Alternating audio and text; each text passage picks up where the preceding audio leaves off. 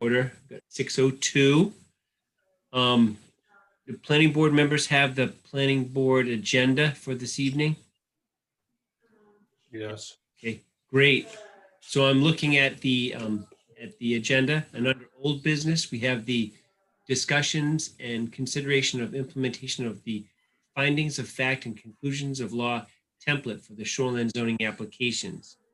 And Anthony, you may want to learn where I miss, but we did seek a little bit of legal opinion on this.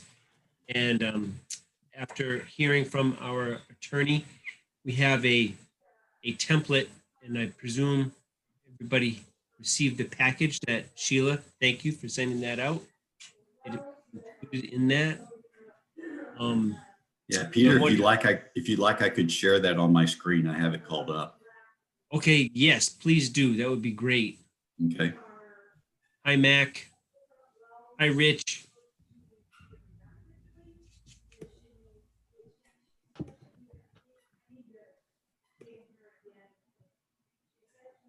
Okay, there it is. And we see it. Thank you, Anthony. And just tell me whenever you need me to scroll down on this. Okay, scroll a little bit, please. Thank you.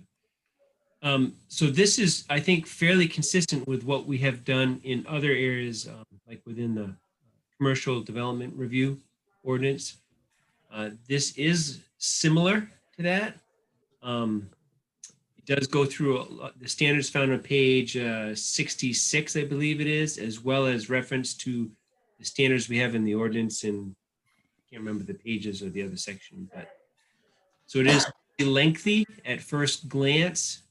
But I think if we remain succinct when we go through this, maybe have it a fillable PDF or Word document, as long as we're meeting virtually, I might recommend that as a way to do that.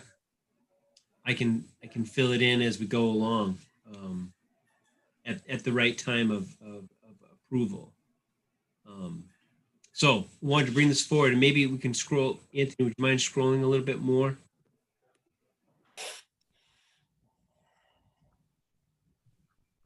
And you guys may recognize this. This is the form that Phil Saucier used in the Jones case. And as Peter said, Phil said, this doesn't need a tremendous amount of detail. And in some instances, there may be standards in this that are not germane to the application that you have before you. And in those cases, you would just write not applicable on it. We really don't want to do anything that's going to slow down your work by a tremendous amount, but this is a requirement of the law. And it is something that, as Peter said, you guys are used to, simply because you do something very similar to this when you are reviewing a commercial permit application. So from a process point of view, it's an adjustment for us on a shoreline zone ordinance application, but we've seen it in other things. So, so I guess I'd like to hear from the board members, because we are being, is it recommended legal is, Anthony, that we use this? Is that the idea, right? It's not like, Yep. Yes, sir. it's not like, yeah, okay. So having looked at this and stuff, it may feel a little bit of a change and a little bit long, but with legal opinion, as it is, I think it's important that we, when we use it, we be to the point and go for it. So, so from a process perspective, I think we would just introduce this. Anthony, is it appropriate to do it at the next meeting, or would you suggest before the next meeting, like tonight even? So Peter, I might suggest that it would be appropriate for the board to either approve or reject this form formally, that is with a motion. Ah, okay. And then And then that, I'd leave it up to the board as to whether or not you want to use this form beginning tonight or the next night. I don't have this in a fillable PDF form right now. Gotcha. Okay. So I'd like to hear from the board members, observations and opinions about. Hi, George. Go ahead. A couple of questions. Peter, do you envision completing this online or by hand, the way the commercial development review findings of fact is done at the end of our deliberations? Or I ask because another question of mine would be, would it be helpful if this was in the format of like Word form or something of that nature, that where you fill in the blanks more easily than, right now we have, like for example, in their tax map, we got a couple of pound signs next to it and that kind of thing. Yeah. I'm just thinking of if we can keep the time down to, adding 5 to 10 minutes to each permit application, it would be a lot more doable given our workload. It's a great question. And I guess from my perspective, as long as we're meeting in this fashion, virtually rather than in person, I think there's a lot of efficiencies in having a fillable format, whether it's a Word document or a fillable form. And then I could just bang it out. I can type fairly well and I can do that as we go along.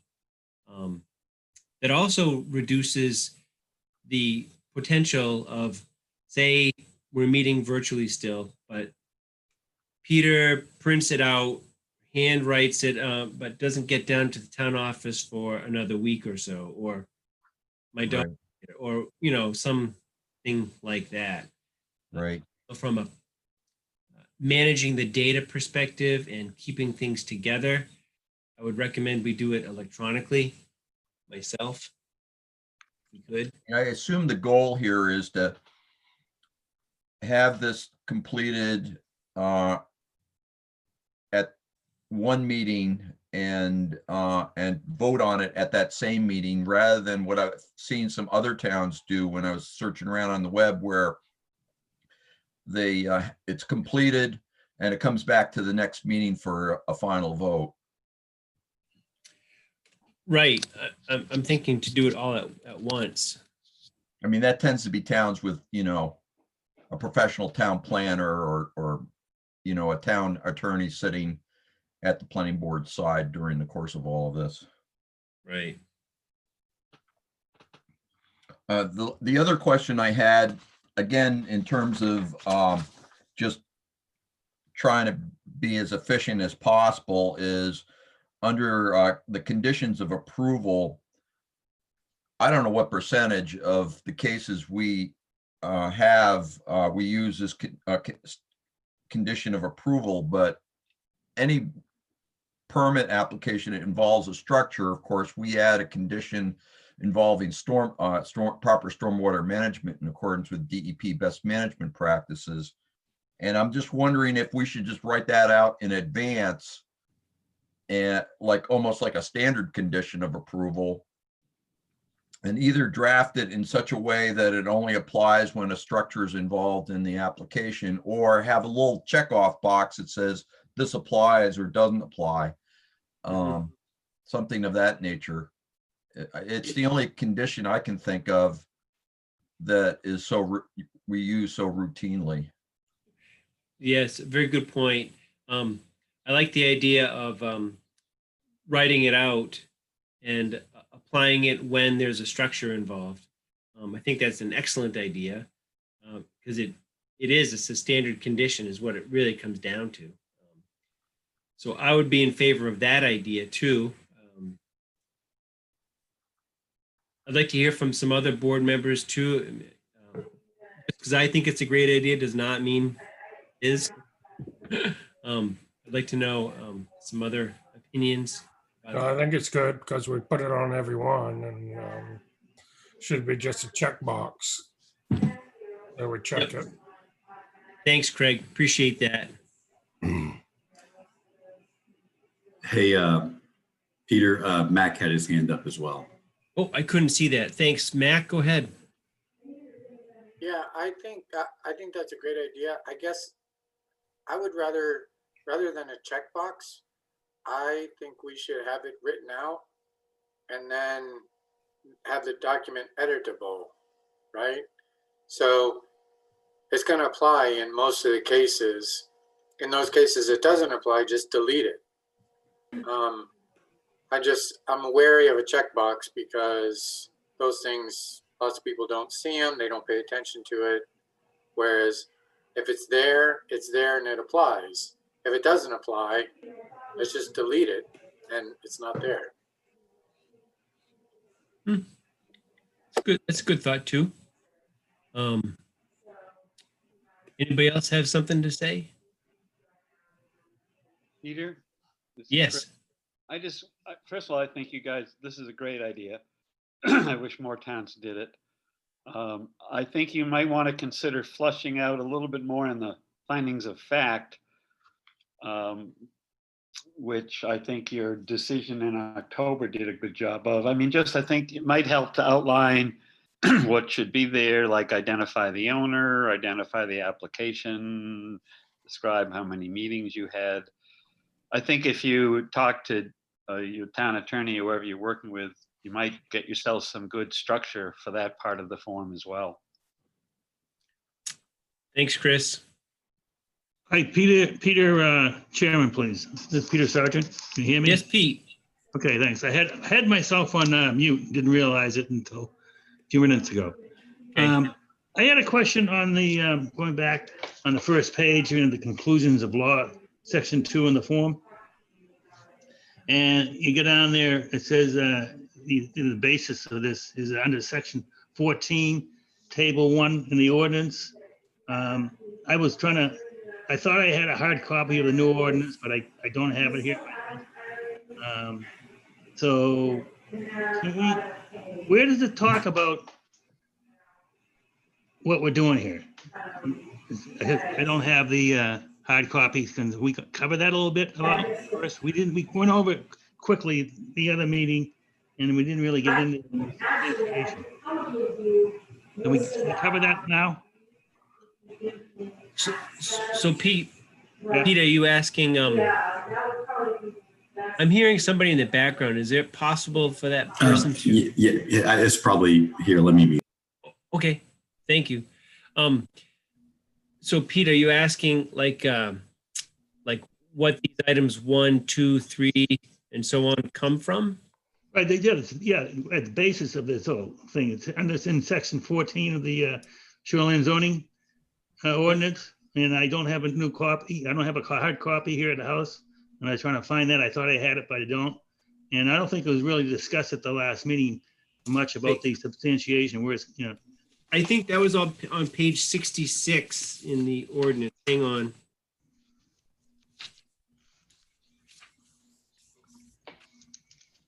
Yes, exactly. Yep.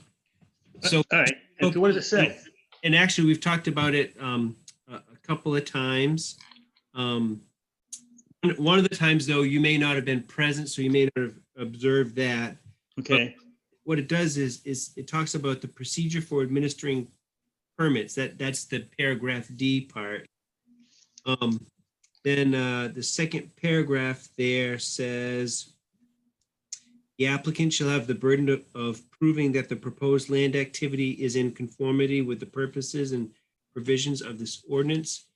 After the submission of a complete application to the planning board, the board shall approve an application or approve it with conditions if it makes a positive finding based on the information presented that the proposed use, and then all these 8 things that we're talking about. Okay, and what we're talking about, the 1, 2, 3, 4, 5, is that listed in the ordinance itself? or Yes, something? yes, sir. It absolutely is. So what we have here was pretty much paraphrased, Verbatim. phrase it, or this exact copy within the ordinance, Verbatim. verbatim. Okay, right. So it's 1 through 8, and then all the subsections as well. for example, on section 8, you have at subsections A through X. like Right. that in the ordinance. And what that does, Pete, it goes back to the section 15, the land use standards that we have. So, all right, okay, so that in section 8 and number 8, it references section 15. Yes. Land use standards, and within land use standards, the ABC is there, or something that we just put together, summarize it, minimum lot standards, principal, accessory, structures, et cetera. I'll have to check. I think it goes verbatim again. Okay, I just want to clarify this at this point now, so we're all understand it, and it's I just want to have that clarified. Yep. No, it's Right. good because we don't want to, reinvent the wheel or anything. But I can tell you just by looking at the first couple of ones, Pete. So just so you know, so I'm on page 28, section 15, land use standards. A reads minimum lot standards, and then there's detail that follows, right? I'm sorry, that's in I the didn't quite hear ordinance. the background noise. So I didn't hear what you said because of the background noise, a dog Yeah. barking. Yeah. So yeah, so I'm going to repeat. So, Right. so section 15, land use standards, paragraph A says minimum lot standards, just like it does on this form. And the details that are in the ordinance, that's what we would review, right? And then we could make a comment if we felt so inclined here on this form. Okay, yep, B reads the exact same way in the ordinance as it does on the form. Principal and accessory structures. okay. And who generated this form again now? Who did this? I believe it was our town attorney. Anthony, is that correct? That's correct. And Pete, just as a reminder, he's the one who also advises this is required under state law. Even though, 99 times out of 100, this probably won't come into play. And in the very few minority of cases where it does, I'm likely to bring in the town attorney to help you guys with this so that it is ready for a court to review in Superior Court. Okay, and the final question is, has this been brought up with the select people so they know that we've going through this particular checklist? Have they had a chance to review it?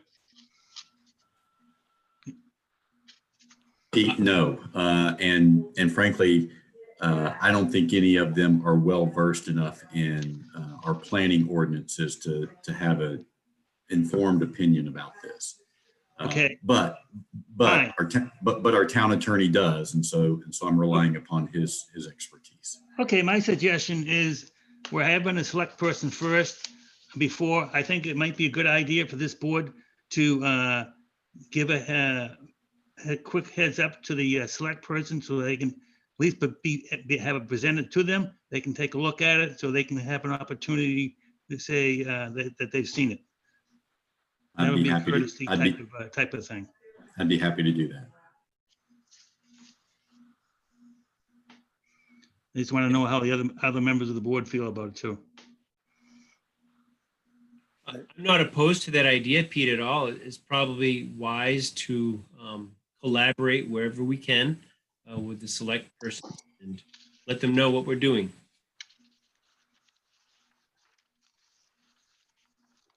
Okay, thanks for listening to me.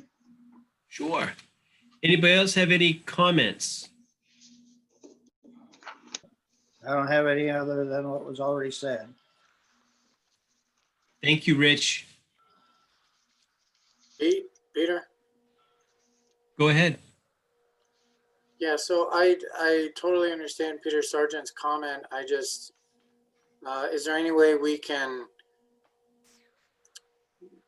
use this and alert the select board at the same time?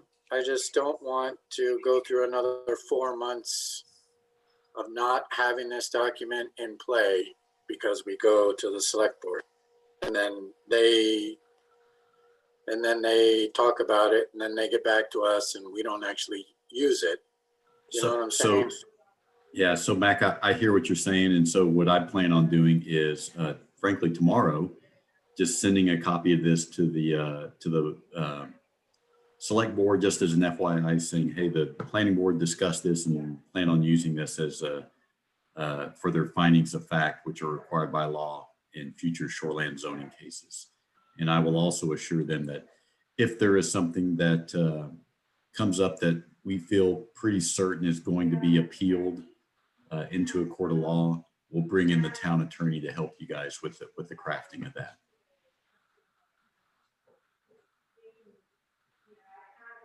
Sounds like a good plan.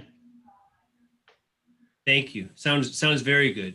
So thanks, Mac, for that comment and observation.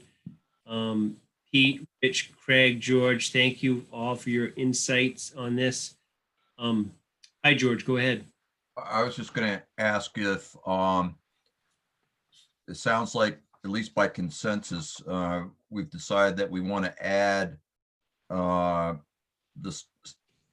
pretty much the standardized stormwater management language we've been using to this form, and then either have it as a checkbox or delete it in it when it's not being used, as Mac suggested. Is that something? I have that, you know, from when I've quoted it in the past, and we've used it on a number of occasions. I could certainly provide that. I'm not quite sure if it's to Anthony or to who, but Yeah, George, if you'll send it to me, that would be very helpful. okay. Is that good with you, Peter? It sure is. It sounds great. Thank you. Mike, Peter, can I also, Yeah. I guess I want to clarify exactly who's going to be writing all this stuff down. So I kind of heard you say you're going to do it, the chair, as we go through it. Is that the case? Is the secretary going to do it? Is the CEO going to do it? I think we should put together a consistent process here and make sure that whoever is going to be doing it has the document, whether it's a fillable document or an editable document, whatever, on hand every time. Mm-hmm. Mm-hmm. So, because I'm not volunteering to do it, I just suggested that I could do it. But maybe it would make better sense that the role of the secretary would fill it out as we go along. But I don't know that. I don't know, how do other people feel? I don't know. I think the secretary could fill it out, but if she's not available at a meeting, then it falls on to the chair. Okay, thanks, Craig. Anthony, you had something? Yeah, I was just going to say, if that's the model we follow, I'd want you guys to scrutinize her work to make sure that it says what you want it to say. You'd rather have the chair do it? Well, I do think that you guys are more knowledgeable about these sort of things than Sheila is. Yeah, I agree. We could have the chair do it, and then we just avoid the secretary being in the middle. That, you know. And thereby, I think, Peter, you would assure yourself of being a chairman for life as well. Yeah, exactly. So Peter, as chair, you may want to ask us to help you out. We certainly can do it. You know, we can kind of do it together. Well, we're all going to be filling this out anyways, right? It's just going to be Peter writing it Making down. notes or whatever, yeah. Yeah, I would definitely lean on the each of you to help make sure that I'm staying on track with the comment, right? Right. So we're going to go through this. Make sure I'm not getting it wrong. Once we approve something, we have to go through this findings of fact as a committee. So we're going to be deciding on what's being said as a committee anyways, right? Yep. Yeah. So no Just- problem with that. Craig, I just want to clarify. I don't think we do this after we decide. My understanding is this is how we decide. Right? We go through these steps, and if they meet everything, then we decide, yes, it is a permitted approved use. I agree with Matt. Right. It's So we only go through the step once, Yep. is what I'm saying. We only go through the process once. All right, so it's the same as the commercial. yes. Yep. Okay, so we do this late, sort of in the process, do it once. The chair will fill it out. The chair leans on the board members to make sure that the chair is capturing things correctly, right? And then we go into the final deliberations of what would happen with that application. In a real kind of quick way, I just summarize what we would be doing if we use this form. That sounds Sound good? excellent. Pete, I Great. think that's great. And as we go along, we can modify it if we need to. So it's, it's a working document. So in the interest of time, we have spent some time on this. It is important, and I agree that it is important. But I would be interested, I would entertain a motion to approve this form. And I would also want to keep in mind or bear in mind, maybe it's a separate decision, when we would start to implement it. Frankly, I'll make a motion that we consider accepting this new findings of fact, conclusions of law worksheet on the shoreline zoning.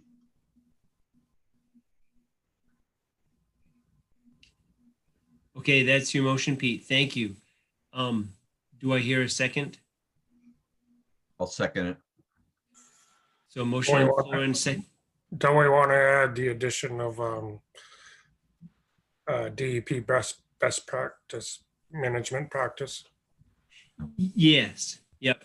And that is something that will be in the works, sort of a parallel thing, because George is going to forward that wording off to the town office over to Anthony. Yeah, but that needs to be in our motion, Okay, I would think. I actually agree. thank you. So the form, sort of quick recap on the motion is to accept what has been submitted with the addition of the condition that we, almost a standard condition, if you will, that language. And I want to also, so that's the motion on the floor, and it's been seconded. I wanted to ask, when do we want to start implementing this form? Bear in mind, it's not a fillable form now. Right? But it can be by December 3rd. Right. Thank you. So let's do it then. Okay. How do the board members feel about that? I'm good with that. It's okay. Yep. Peter, do we need a new motion or amended motion, a friendly amendment to the motion? I think it would be appropriate. So can I rescind the motion, or do you have to vote on it? What do we have to do? Good question. We have a floor, it's been seconded, so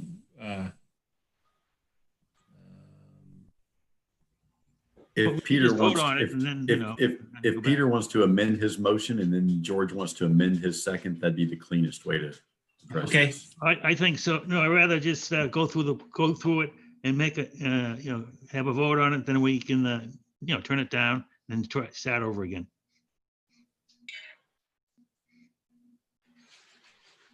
okay, so you all right, so knowing we have to amend it means we're probably going to be voting this down, right? So having said that, all those in favor, roll call. George, No, Pete, No, Craig, No, Rich?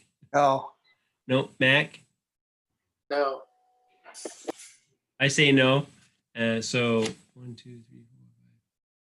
That's 6 of us That's correct. Let's try against. this again. None of you. I'll make a motion to approve the form as presented with an amendment to add language regarding the use of stormwater, of DEP's best management practices for stormwater.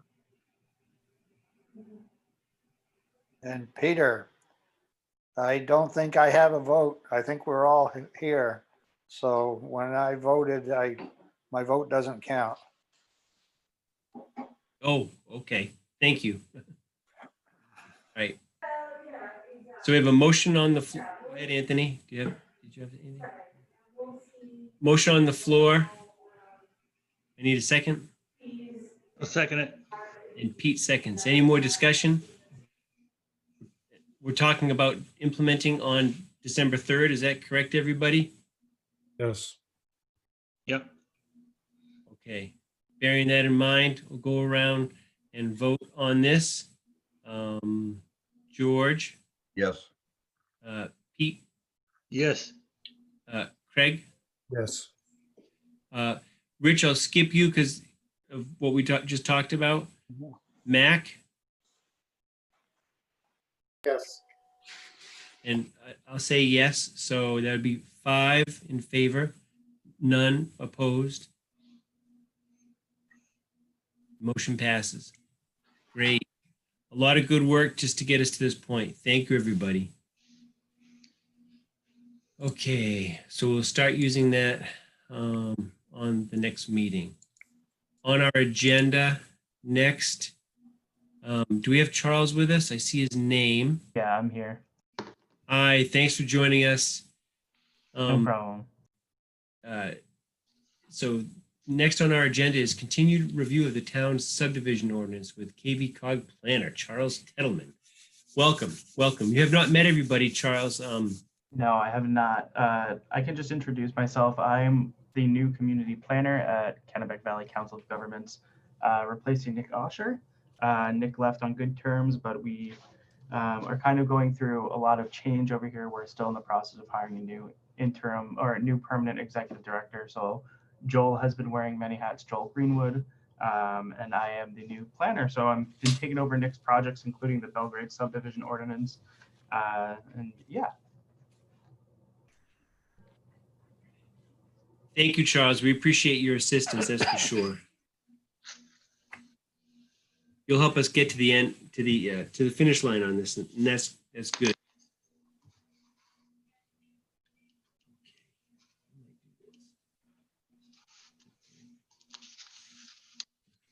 All right, Charles, I think when we last spoke, there was an opportunity to sort of catch up to where we had gone with Nick before. Yeah, I can give you a little bit of an update, kind of a reminder of what you guys had previously talked about. I have some notes written down. Great. And, most of the changes outside of Article 10 that you guys have discussed have already been implemented in the draft you received. And I really do want to apologize that the document I was working off of was your current ordinance. So a lot of the amended by watermarks, I didn't remove yet. I'm going to reformat the whole file when we really start to move towards our final draft. I just wanted to get all the words down, kind of what you were talking about. So you guys had discussed Articles 1 through 9, have held off on Articles 10, 11, and 13. And then Article 12, 14, and 15, you guys had done it. They're short articles, and you had also done that. So you started looking through Article 10, and that's what we're going to finish tonight. And maybe if we move fast through Article 10, which could happen, we can start looking at Article 11. And then for Article 13, which is the phosphorus control standards section article.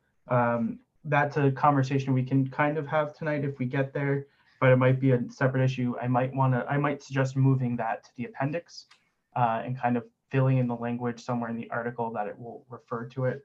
But we really don't need to get into that now. So the document you have in front of you is the most recent draft with all of the changes you guys had discussed. A lot of the language has been taken from the state. Obviously, the definition section is one thing that I'm going to do last to see what needs to be filled. We're going to we might just reference the new state chapter 30A, section 4403. They have a definition section, so we might just reference directly to that in the ordinance to save some paper, and then add in the other ordinances. So before we do move into the rest of Article 10, I believe we stopped at Article 10, Section 4, sewage disposal. So I will suggest we start there tonight. But I'll give you guys a moment to ask any questions about process, where we've been before, and kind of the next steps moving forward. Go ahead, George. Peter, as much as I would like to spend considerable amount of time on this, I just wonder, do we really have the time tonight, given our agenda, to spend the usual hour that we have traditionally with, well, prior to Charles' involvement with Nick? I just question that we do, given everything else that's on the agenda. Yeah, I we have hate to even bring that up, but yeah, it's a great question, because we have a packed agenda. There are other things on here that I guess have been waiting. I don't know. Right. Yeah, and Peter, if you don't mind, I could suggest one thing that we could have a short conversation about it tonight. We don't have to go into content, but I would like if people wanted to send me their comments. I know, George, I have already received some of your comments on Article 10. But what we could do, in kind of to save time, if the board wants to move on to other business, I'm totally okay with that. But I would love to receive everyone's feedback on it, and I can incorporate it, kind of track the changes, and can put them all together to see what everyone is feeling. And we can kind of come back at a later date when we can really have an hour to look at the whole document as a whole. We don't really need to go in depth into chapter 10 if there's other business that needs tending to. Thank you very much, Charles. First of all, can you hear me okay? I've switched to another way Yeah, we of. can still hear you. Okay, great. Yeah, so that's fine with me. How did the other board members feel about this, knowing what our agenda is looking like? Go ahead, Pete. I'm fine with this updated process. Could I just ask one thing of Charles on the document I have? I have the hard copy. Any way you can put a page, page the pages, put a number? Yeah, yeah, that's one thing that I know I did not re-page number it because the old document was preventing me from putting in pages. So I need to make a fresh document. So I can send this out again to Anthony and to Peter with an updated page, and I can put together a quick table of contents that won't be the final table of contents, just for reference for this. Okay, that'd be great, because as we talk about it, we can reference the page and get to it, the substance of the matter right away. Could I get it in a PDF rather than document? Yes, absolutely. Thank you.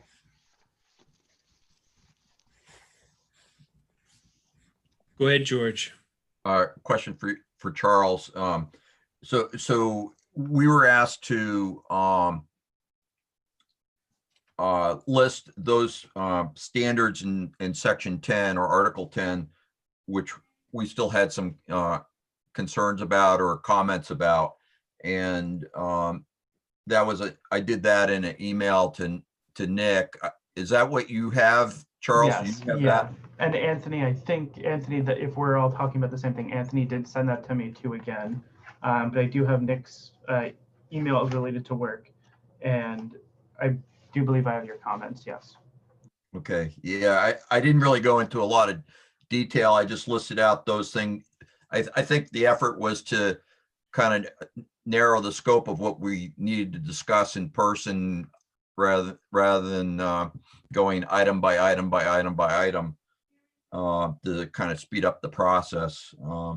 So it sounds like the next step would be for us to provide you with our actual comments. Yeah, if everyone did want to do a little bit of outside reading and kind of send me your comments on it, I can put them all into one document. Or I can just, if there's everyone's in agreement on certain changes, I can just put that and note that in here as well. I think there's a few things that, because a lot of this language is from the state level, a lot of it isn't tailored to Belgrade specifically yet. So that's a lot of small changes that Anthony and I can kind of iron through, go over.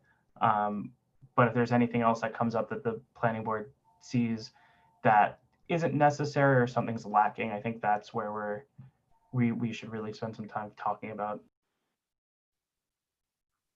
Okay, so our homework is to read, do some outside reading and submit those things. This is on 10 only. We can, I think that it'd be good to just finish everything. So if we could do Article 10 and 11, I don't think there will be a lot of conversation about phosphorus control standards. Whether the question is whether we keep it as an article or move it to the appendix reference somewhere. That is, it's just not in the state ordinance. Looking, I don't have the state ordinance table of contents right on me, the state model ordinance for subdivisions. But I think Article 10 and Article 11 are the last pieces that need to be reviewed carefully before we go back and approve a final draft or a final document. Okay, thanks. Go ahead, Mac. I just want to clarify, Charles, you're not talking about making any changes with Anthony, are you? Nothing against Anthony, but this is a planning board. Yeah, no, process. it's definitely not Anthony. It's just I need Anthony to kind of, being new to the position and new to the town. I have some questions that are more of like, does this exist in Belgrade? Nothing, no content, just making sure that all the language is applicable to the board process. And those changes will definitely be reflected. It will be told to the board. Everything is up to you, is in your hands. I'm sorry. I'm just, maybe I'm kind of crazy, but I'm still not comfortable with that. Yeah, that's fine. I can just, I think if I you can have give any you guys the questions about document. what is applicable, it should be to the planning board, because the planning board has decades of knowledge about Yeah, what's of course. going on. And I'm not trying to take away anything from the planning board. That was kind of just, I will just take all your edits. I won't even, I'll just listen to the planning board on this. Don't worry about it. Okay. Go ahead, George. Charles, did Nick share with you or convey in maybe his notes or something of that nature? And I referred to this in the email that it sounds like you received, that there were some things that we kind of delayed final decision on in the earlier portions of the model ordinance. One example was whether or not to still have a category of minor subdivision versus just lumping all subdivisions in one kind of pot. And another that I can think of off the top of my head was whether or not to have standard conditions of approval as we do now. But anyway, not that those, I only use those as examples. I just wanted to make sure you were aware of that. Yeah, so the document you have now, and I'll update it to have better formatting, to have pages, to be a PDF, all these little things I can give it to you. Everything that will be in there is from the notes that Nick left for me, or notes that had Nick taken. I do not have, I was working off of what Nick had left me. So Okay. the document you're seeing is what I believe to be the document Nick envisioned. I was under the, looking at Nick's notes. He had suggested, or he had edited a document and taken out the major and minor subdivision and just put it into one subdivision. So I don't know if the board actually finished that or approved that. This is just Nick's note. And I think that's one of the hard parts about transitioning. I don't know the concrete details of your conversation. Right. Okay, thanks. Yeah. My recollection may be wrong. Maybe we did decide that. I know that was his recommendation. to us. Yes, and I don't know, Nick did leave a good amount of notes, but not necessarily super detailed. So if there's something that catches your eye and you're like, whoa, I don't think the planning board agreed on that, or the planning board had yet to make a decision, that's a really big example of saying that there's a major, and if you want to keep the major and minor subdivisions or just put it down, because looking at Nick's note, it says the board recommended. So I don't know exactly how he kept it. His notes weren't that detailed. So the document you have and the updated document you will receive is what I'm presuming to be what the board is envisioning, outside of Article 10 and 11, which you guys were working off the state model. Right. That's fine.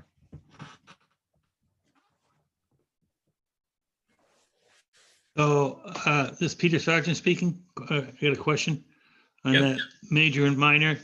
Are we going to talk about it again? Or is this, we're not going to have, I don't quite understand the difference in, the advantages and disadvantages of major or minor. And can we, talk about it next time? Right, and I think I think that it'll be smart, and I'll definitely leave this up to the planning board and Peter and all of you guys to really determine the process of going through a final approval.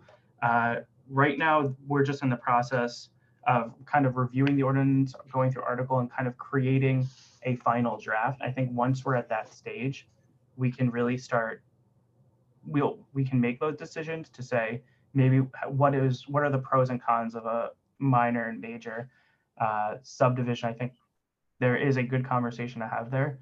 But again, I'm not too sure if you guys had really dug into that, or that was just Nick's recommendation. Because I know the model state ordinance just has one subdivision ordinance. There's no minor, there's no major.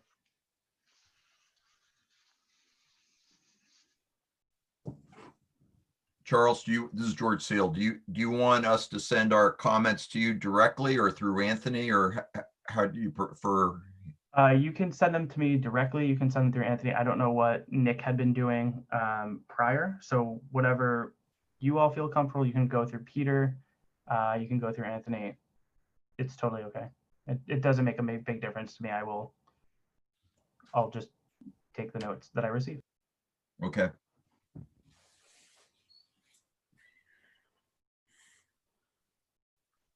So Charles, just so you know, I know in the past, Nick had previously sent some things directly to us, and that there have been some direct correspondence back to him. So I'm fine if we continue in that vein, doing that.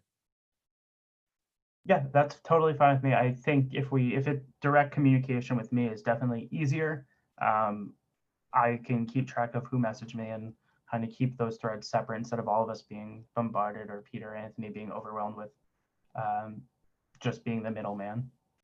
Yep. Great, thank you. So the planning board members have some reading and some possibly some emailing to do for chapters 10 and 11.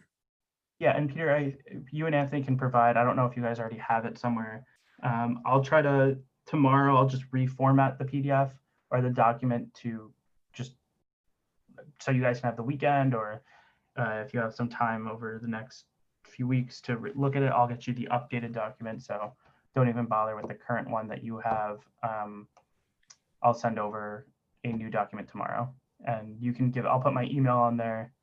And yeah, I just want, and also KVCog has gone remote working, so I might not respond to the office right away. All my messages are being forwarded to my email, and I will respond to calls, but I might not respond to that. And I might not pick up the phone right away because KVCog is remote for the next few weeks at least. Understood. Very trying circumstances. Okay, so Charles, thank you so much. As the planning board, I'm looking to each of our planning board members. Do we have anything else we want to discuss, knowing what our next steps are or anything? We're all good? Good. I'm fine. I'm fine as well. Okay, thanks. And Mac, are you good? Great. Charles, So with that in mind, are you okay then if we move on to our next agenda item then? Of course. All right, super. Thank you for your time and thanks for being flexible with us as we tackle a lot of things this evening. And you're always more than welcome to hang around and listen to us, go through our process. All right. Having said all of that, let's go to item C on our old business on our agenda, which is consideration of an erosion and sedimentation control plan, a condition of a shoreline zone permit issued at 326 Sandy Cove Road to Stephen and Jody Jones. So we got an email from Mr. Nagel. And you would wish to read that to us, is that correct? Well. Or just I discuss really- it, or? I mean, I'm happy to speak to it. I certainly did not plan to read it. That's not my style. Right. Do you have, Assuming, at least, I'm hoping people have at least scanned it or read it over in some fashion. I'm happy to speak to it if and when the time comes. I think the time has come. So if you have a few moments, and just to keep in mind for everybody's sake, this is not a hearing, right? This is a meeting, right? This is something. So I think if you had something you wanted to speak to us about this topic, that'd be great. This is the time to do it, or a few minutes. I will be brief in reference to this 2-page summary. Long story short, when you approved this, both in August and in October, you imposed a very specific condition of approval. Namely, that they do a soil and erosion sediment control plan regarding the new residence and an expanded parking area. And they had to get it to you by September 15th. Well, they did send you a erosion and sediment control plan that I understand you're reviewing tonight. And unfortunately, it did not address the residence or the parking area. It only addressed the new septic system.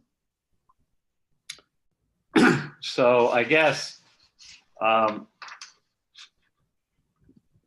simple fact is the Jones have not met the condition of your approval.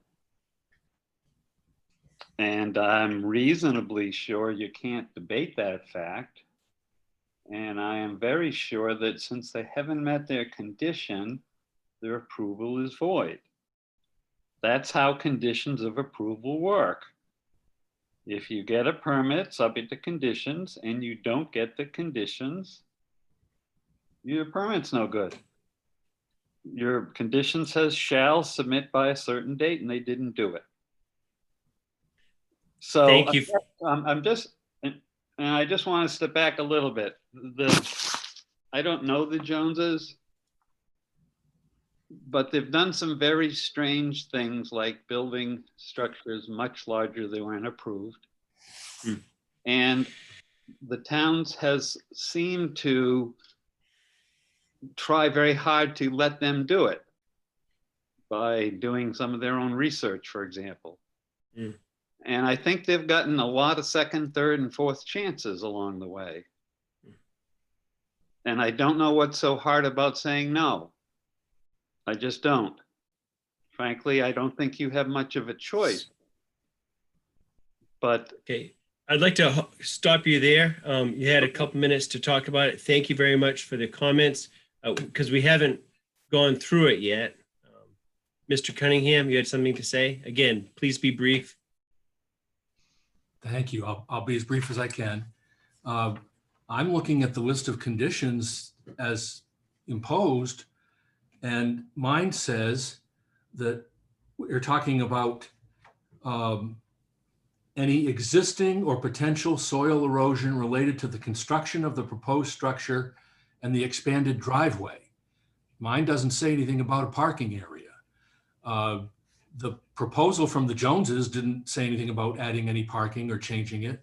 And in fact, I don't think the driveway is all that different. I interpret the condition to mean, tell us if there's been any erosion for anything that's been done up till now, and address anything that might arise from what may be happening from this point forward. The report, and I'm just taking a look at section 1.1 that you've got, that's the introduction. And by the way, you'll notice that Tim Wade, who wrote the report, is here tonight in case you have any questions of him. But his report plans, his introduction says, there's no evidence of any recent soil disturbance or erosion in the area of the new building, the proposed excavation area, or any other area of the site that requires addressing in this plan. I think that covers pretty broadly that if you're asking about existing erosion, I think he's addressed that pretty clearly.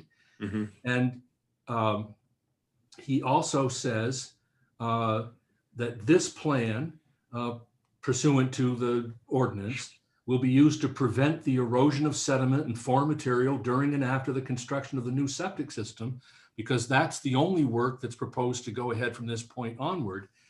It is, I think, part of constructing the septic system will probably involve some disturbance of the driveway area. And if it does, then the plan certainly is addressing that. So I think, in fact, this plan does respond to the condition that was imposed. I hope you'll find so too. And if I've misstated anything about Tim's thoughts, I'm sure he'll correct me. Thank you, Mr. Cunningham. Peter, could I just quickly respond to that? Really quickly, because we need to be able to move on this and not have a marathon meeting, which we tend to do if it gets too out of control. I just need to respond to some points. Yep. I don't know what John is reading from. I'm reading the signed order you signed in October, and the condition was related to the proposed construction of this proposed structure and expanded parking area. Those were the words in the condition, and I don't know what else he's reading. Number two, the idea was to see what kind of permanent erosion control measures might be appropriate given the change in surface water due to the construction of a new house and an expanded parking area. And in some cases, that would include downstream permanent strain changes to divert water. Someone was supposed to study that as if it never existed. For them to claim that because the soil that has been in place for 3 full summers is compacted right now, it means there's nothing else happening downstream, is really not professional. So thank you very much. So I just want to make those points. Okay, thank you. Thank you both for your time. I think the planning board needs to probably get into the consideration of the erosion and control plan that's been submitted to us. So I'd like to make sure that we have that time to do that. I want to make sure you had a chance to speak to this. George, did you have something you had to bring up? I thought I saw your hand. Oh, no, I'm thinking. Okay, all right, great. Is the planning board ready to consider this erosion and sedimentation plan? Is that what we're supposed to do with this? Let's go, sure. Yes. Okay. Do we have the condition that was printed out somewhere?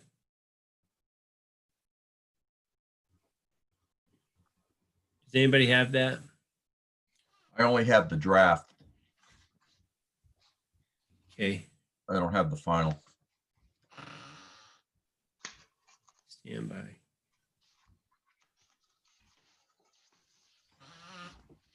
I was going to ask Mr. Cunningham if what he was reading was the final, because the draft refers to parking area. And my vague recollection was that that was changed in the final, but I can't be certain of my memory. The one I'm reading from has your name on it, George, and it was handed out at the August 6th meeting. And I didn't think there had been any changes in it by the time it was attached to the final permit.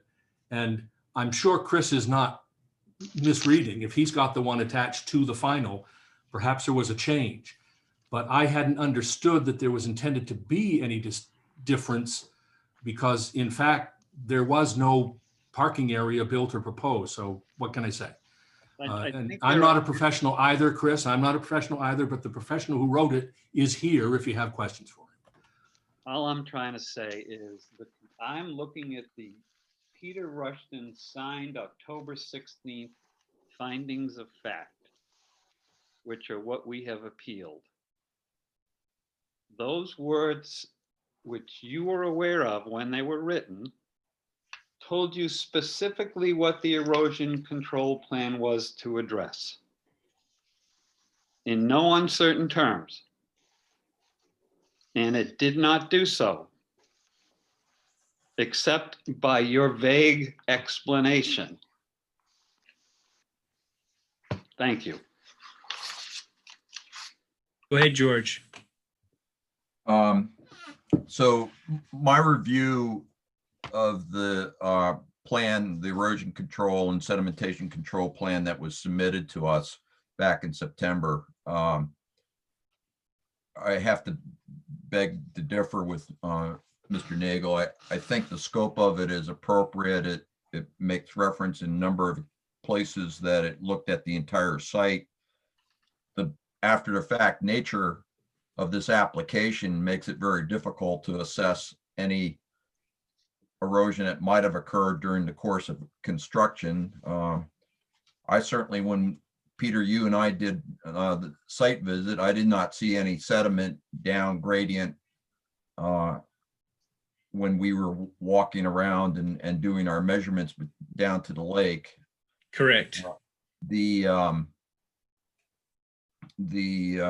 The plan, my only criticism, frankly, of this plan is simply that it doesn't have page numbers. But if you go to the actual site plan, or the erosion control site plan, it obviously incorporates control measures for the entire site, not just the septic system, proposed septic system and disposal bed. It includes a silt fence down gradient of all the buildings.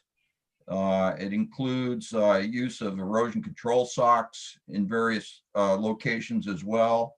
It all, including between the right-of-way and the wetland, which is on the opposite side from Long Pond towards the east.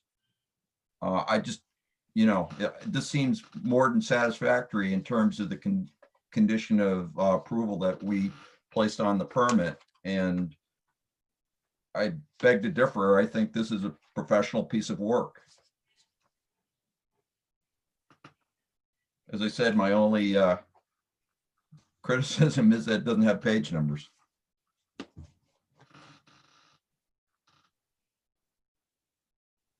And George, I'll quickly respond. I respect your point of view. It is a complete report. It is very professional. It does put silt fence around the entire property, which is what is required. By its own language at the end of section 1.1, it states that the purpose of this control plan is to address erosion during and after the construction of the new septic system. That's what it was prepared for. Not for the new residents, not for the expanded parking area. I respect it did a good job, but you're speculating about whether the same report would be produced if they had considered the roof and the new parking area. Frankly, I don't know where the new parking area is that the planning board described, which makes this all very difficult. Peter, maybe I should clarify, because I wonder if I'm sort of the cause of the problem with this new parking area. I had made mention of that in the and there was discussion of it in the first two times we reviewed the application. In my notes from our site visit, I referred to it, and there was a slight widening of the driveway towards the existing camp and I believe in my notes, I referred to it as an expansion of parking. I may be the source of the problem here, but in that regard, but it was quite visible that we had two different ages of gravel on the ground. And there had been some minor widening, 8 feet or something of that nature.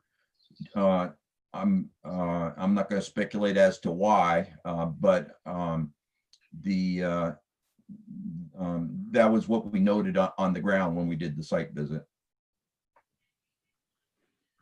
Well, I also want to point out in your findings and conclusions of law, under section F, parking areas, you found that there's a slight enlargement of the parking area and talked about getting erosion control to address the additional parking area.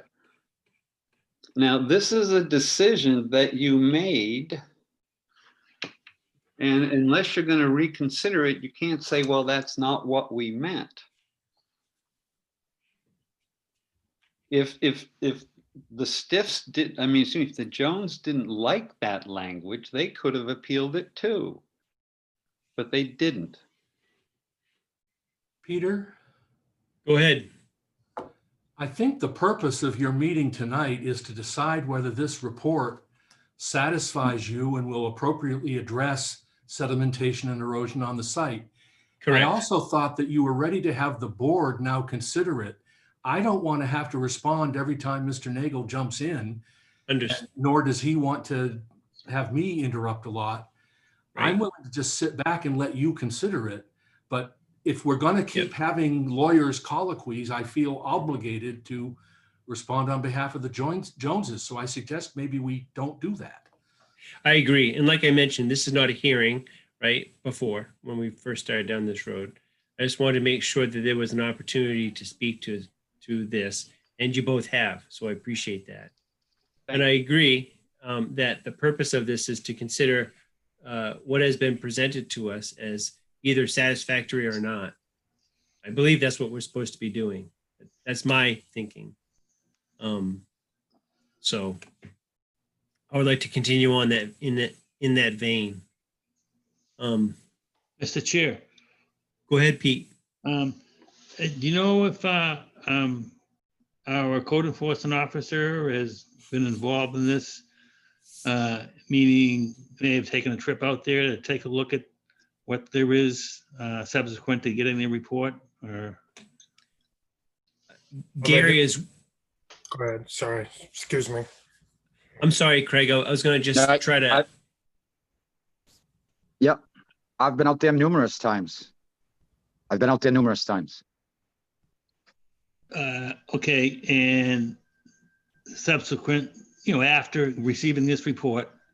right? Yeah, Right, what do you think? The report is accurate or, fairly accurate or? I thought it was an excellently done report, but that's your call, not mine. Okay, thank you. Craig? I was just saying, we did site visits out there as well. And, there was no erosion at that point. Correct.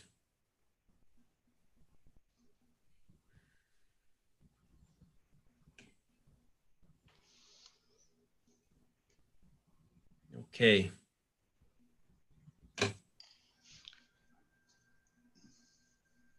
So I would ask the board members how they'd like to proceed. What is the best way to decide whether or not this report is satisfactory in terms of what our condition stated? Oh, I got a question to ask. I was out there back in the fall, around this time, I think, for our first site review. And that was around this time of the year, wasn't it, last year? Probably. It's been a long time. Right, yeah. So my question is, have there been any other subsequent reviews of this site by this board? No. Okay, all right. All right, I did the review by myself at that time, and I didn't notice any erosion problems. So I don't know what was there before, but it seemed like things were okay from erosion perspective. So I just want to say that. Thank you, Pete.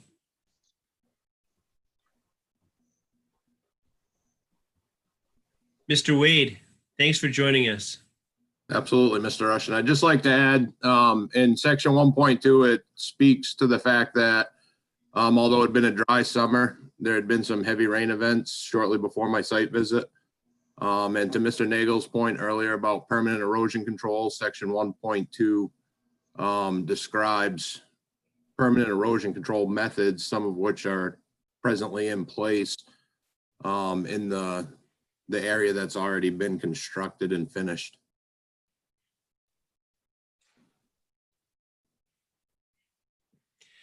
So some things are in place, you're saying. So is that correct? Yeah, you have permanent stabilization in place in the entire site currently until, construction of the septic system. So that could include vegetation or mulching by either, imported product or natural forest duff occurring on the site.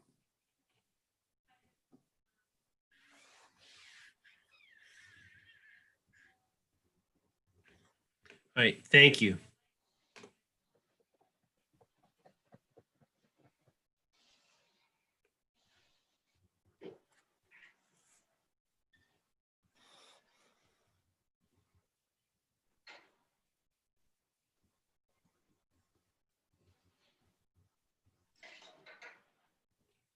So I guess what I want to ask the board is this. Are there any gaps between what our conditions said and what this plan proposes?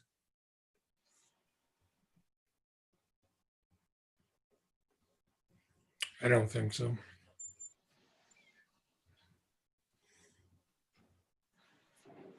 Nor do I. I don't, I think there aren't any gaps as far as I can tell.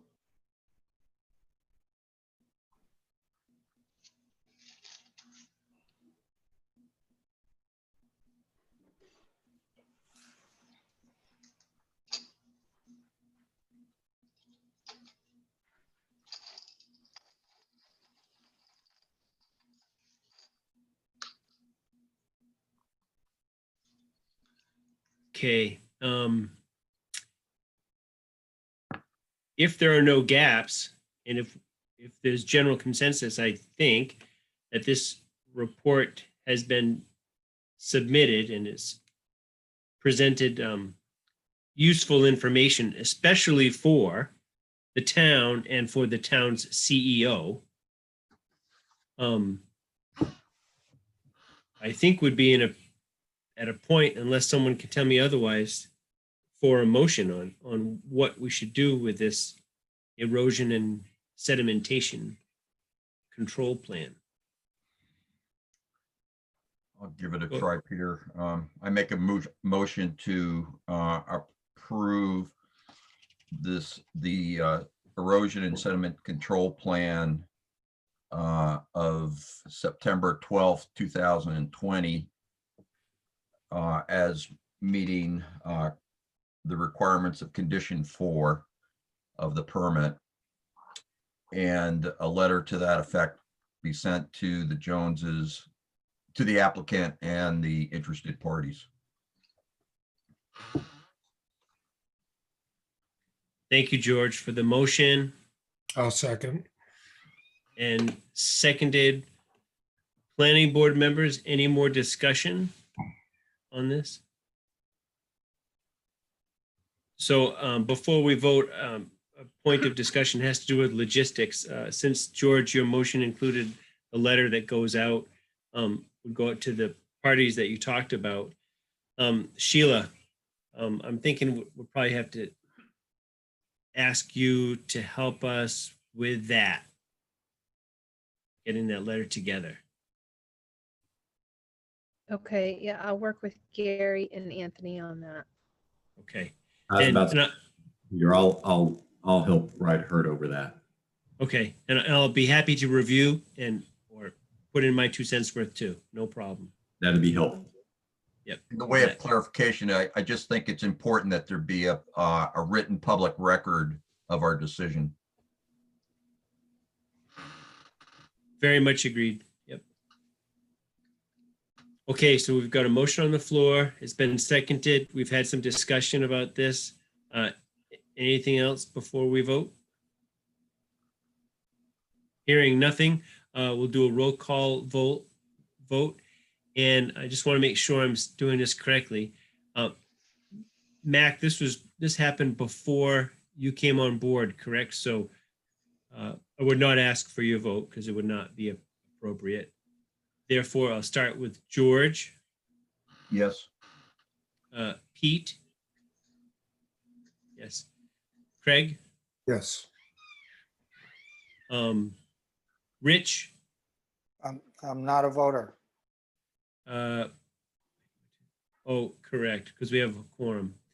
Well, but Mac's not voting. Oh, That's true. Mac's Okay. not voting because this happened before he came on board.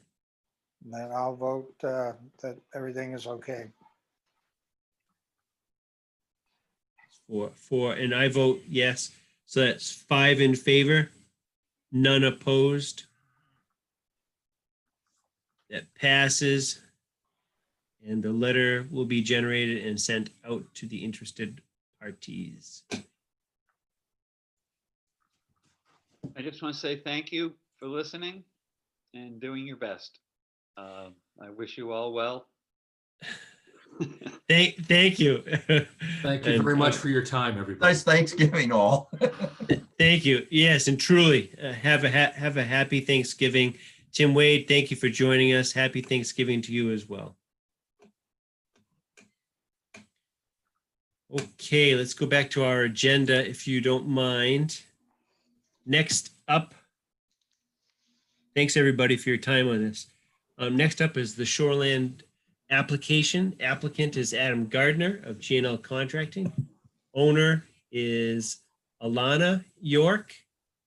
This location is at 142 Woodland Camp Road, map 30, lot 4A. The purpose of their application, the purpose, non-conforming lot to construct a garage with a living space above. Hi, Adam, welcome. Hello. All righty, stand by. I've got all your PDFs here in front of me. I think everybody else has them too.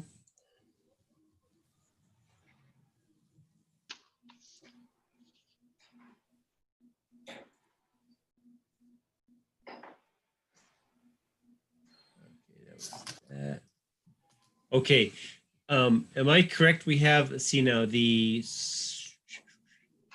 subsurface wastewater disposal system application, right? We've got that one. Yes. The site plan, right? And then the application, right?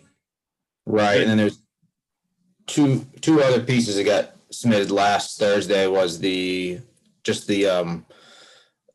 that the septic was originally fixed back in June and the septic just changed from, adding on to a new septic instead for that structure. Thanks, Adam. All right. I'm sorry, I thought I had everything in front of me. I think I missed those two things. Sheila, did that get sent from you? Those So two in the Wednesday email, there was, there should be one file just for the Gardner file. And there's a PDF in there that's called supporting documents. I can send it to you if you want. No need. I think I have that. I think I may not have opened it. Just one second. Okay. I see the Gardner Woodland Camp folder.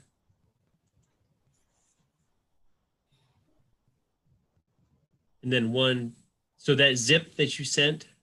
So I see the Gardner Woodland Camp folder. And then 1, 2, 3, 4, 5, 6, 7 PDFs and a Word doc. Am I overlooking it? I apologize. Let me go back. Hold on. I think the last one was sent to 12th, wasn't it? So Peter, you have to open up that Woodland Camp folder. Yeah, and I did, and I've got 3. Oh wait, Yeah, there are supporting 3 docs. Yeah, there are 3 PDFs in there. The third one is the supporting documents. Windows cannot. And if Easy need, Pro. if need be, I can share this on my computer. Yeah, I may need to. For whatever reason, I cannot open it. Okay. But I apologize. Okay, there it is. And you guys just tell me how far down you need me to scroll. Oh, So that's stamped by Kenneth Stratton. so Yes. that's Craig's question. No, I said, I was making a statement. It's all stamped and approved by Kenneth Stratton. Got it. Okay. Peter, Yeah, go ahead. they actually installed the septic last week. I've already been out and inspected it. It's all in the ground. Oh, really? Okay. Yep. So it passed muster? Yeah, it's all done. Okay. Great. All right. All right, planning board, where are we with this application then? 'Cause I think when we last met, we had some things to discuss with Adam. If memory serves me correctly, he has addressed those by submitting these things and the changes that he's made. That's my recollection as well, that with the submission of these 2 items, we now have a complete application, and what I recall, our questions are addressed. Yep, I think so too.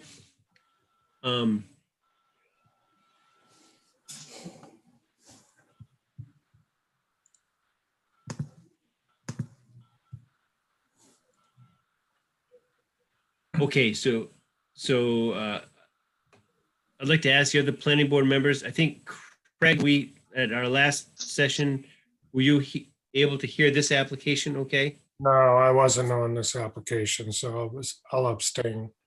Okay. Thank you for letting me know, because I just want to make sure I knew what happened when. Then for the others that are here, Peter, this is Peter Sargent speaking. I wasn't I was absent as well. I'm not familiar with this at all.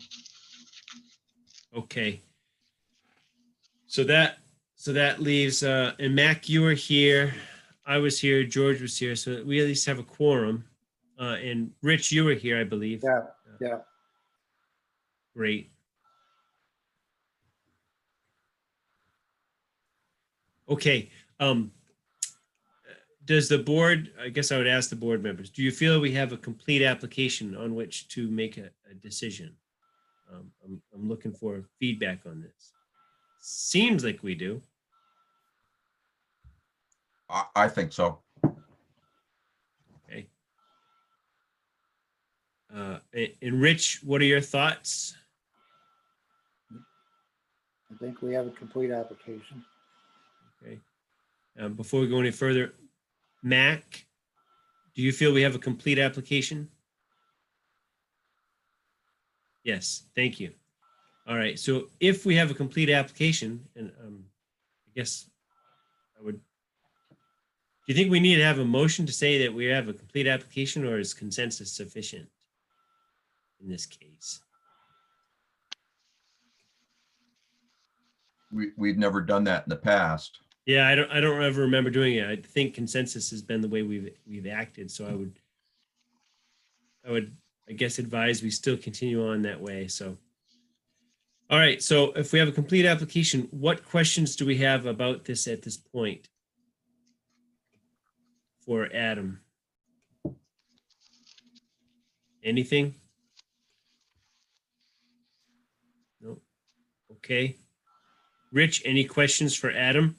I may have missed this, but the last time we met, there was an issue with, they found something with the septic system that we didn't know whether they fixed.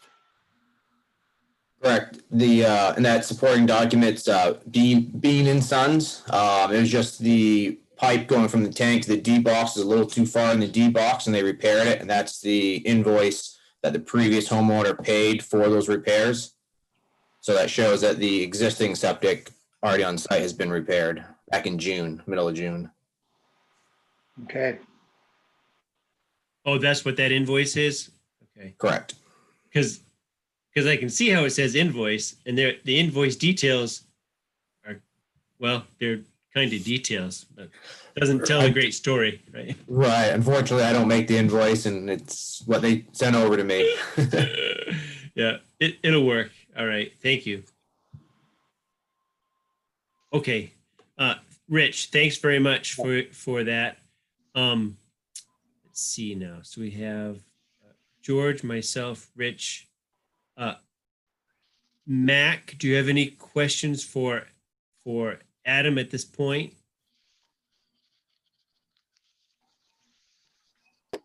No. No. Okay. Great. No questions for the applicant? If none, I'd entertain a motion on this.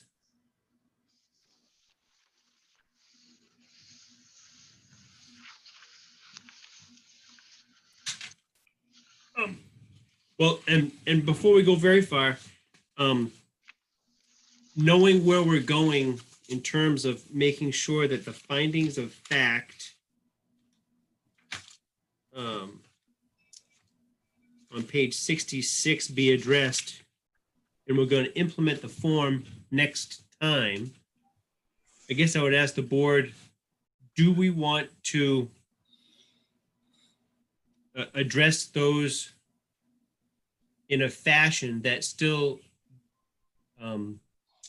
allows us to maybe either minute it in discussion or something like that?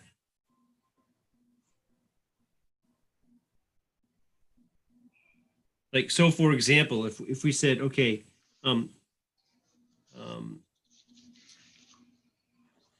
if we asked ourselves, will it maintain safe and healthful conditions? And we could either say yes by what has been by virtue of what's seen in the submitted documentation or supporting documentation, and then go through those 8 things. Is that an appropriate thing to do, knowing where we're going? I don't know. I kind of question that. We're going to implement, we've already decided to implement it December 3rd. So you're actually doing it sooner. Fair point. I mean, not that it's really going to make a difference, and I don't believe, but Yeah. I mean, I want to honor everybody's time because we spend a lot of time doing these meetings, and I just want to make sure we're doing it correctly, but also efficiently. So that's my concern. So go ahead, George. Reviewing the review criteria in 16D, I think they all have been met or will be met with the appropriate condition of approval. And of course, I'm speaking about a condition regarding stormwater, and probably a condition that just reiterates that no cooking facilities will be in the structure. Okay. So speaking about it in that way, because that's not a motion, right? And No, I hear it's not you. a motion, it's just. Right, it's not a right. motion. Yep. And we're just talking about it in terms of, Review overall. criteria. Yeah, thank you. I still think we're at a point to have a motion on this. I'll make a motion to approve the application as meeting the review criteria in section 16D with two conditions. The first, that stormwater from roof runoff of the proposed structure be managed in accordance with section 15I of the ordinance and DEP best management practices. And the second, installation of cooking facilities in the proposed structure is prohibited. Thank you, George. There's been a motion on the floor. I need a second. I'll second it. Thank you, Rich. Any more discussion?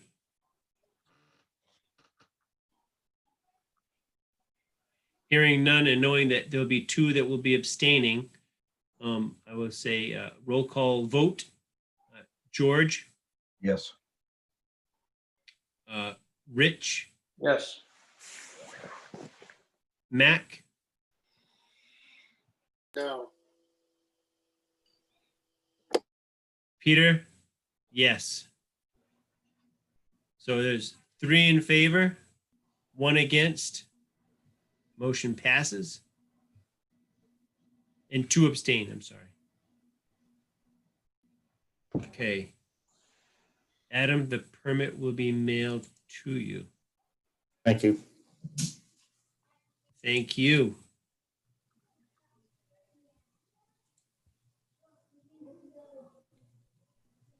Okay, next up, we're now into new business. We want to look at the shoreline, Belgrade shoreline zoning map for planning board members to have as a reference. Do we have that? I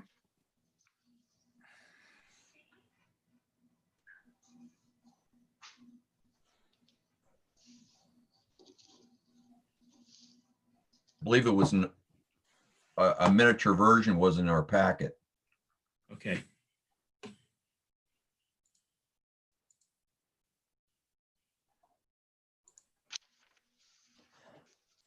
But I do have a question, Peter, if I may.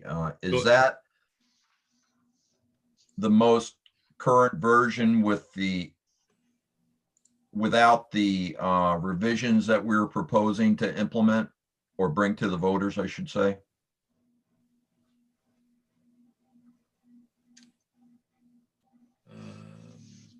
You may recall we were going to add some resource protection and change some other things, but I don't believe that ever went to the voters. Right.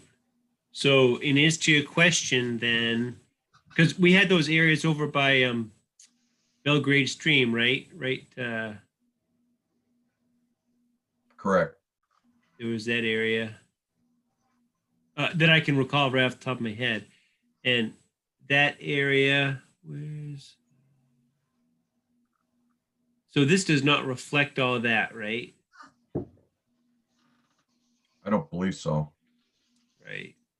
So this is the last, I believe it's the last updated one that we had, but not one that has gone to the voters with the changes we propose. Right. I believe is where we are. Yeah. So, but I think it's very helpful to have this. When was this? What's the date on this?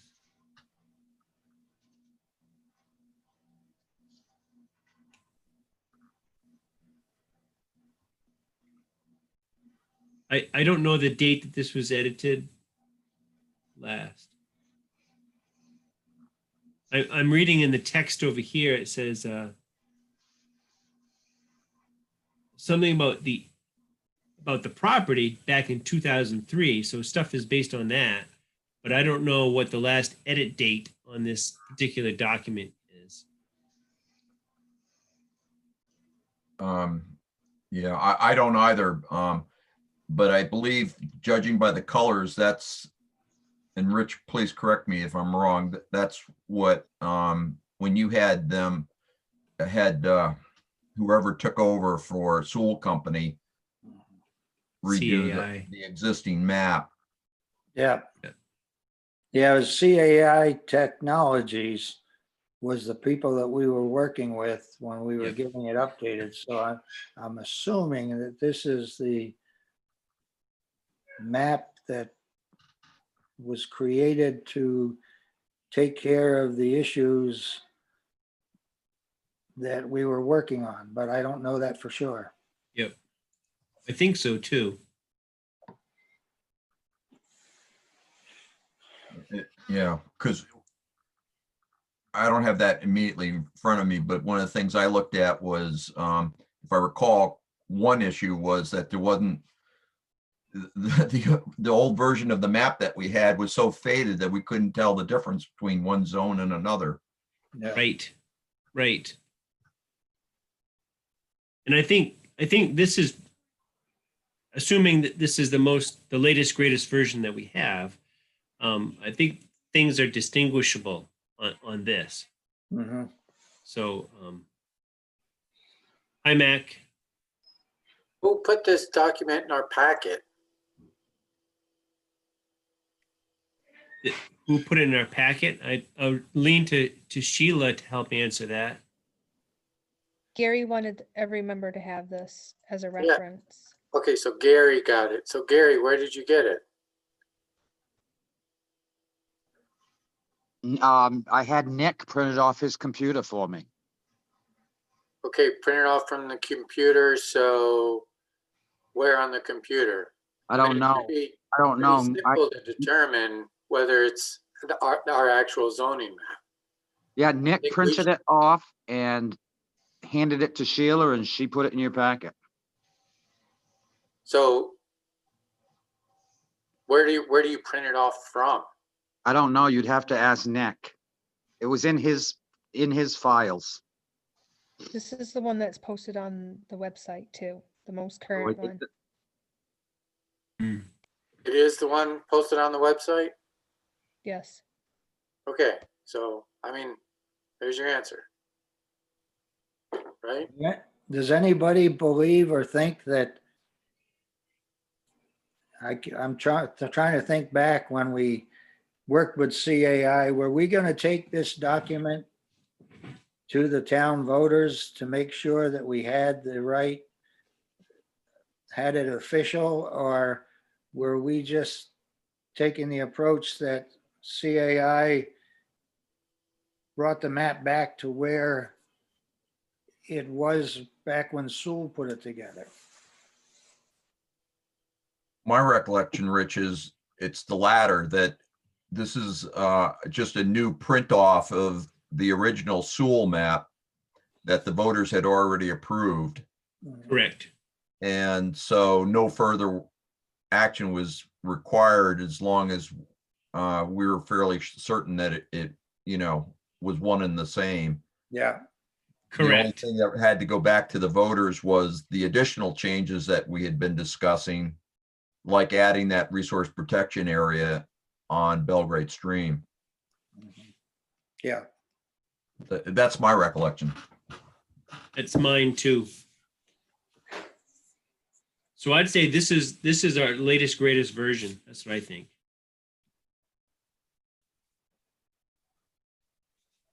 So I think It'd be helpful going forward if we could figure out somehow or another the date of this. When was this?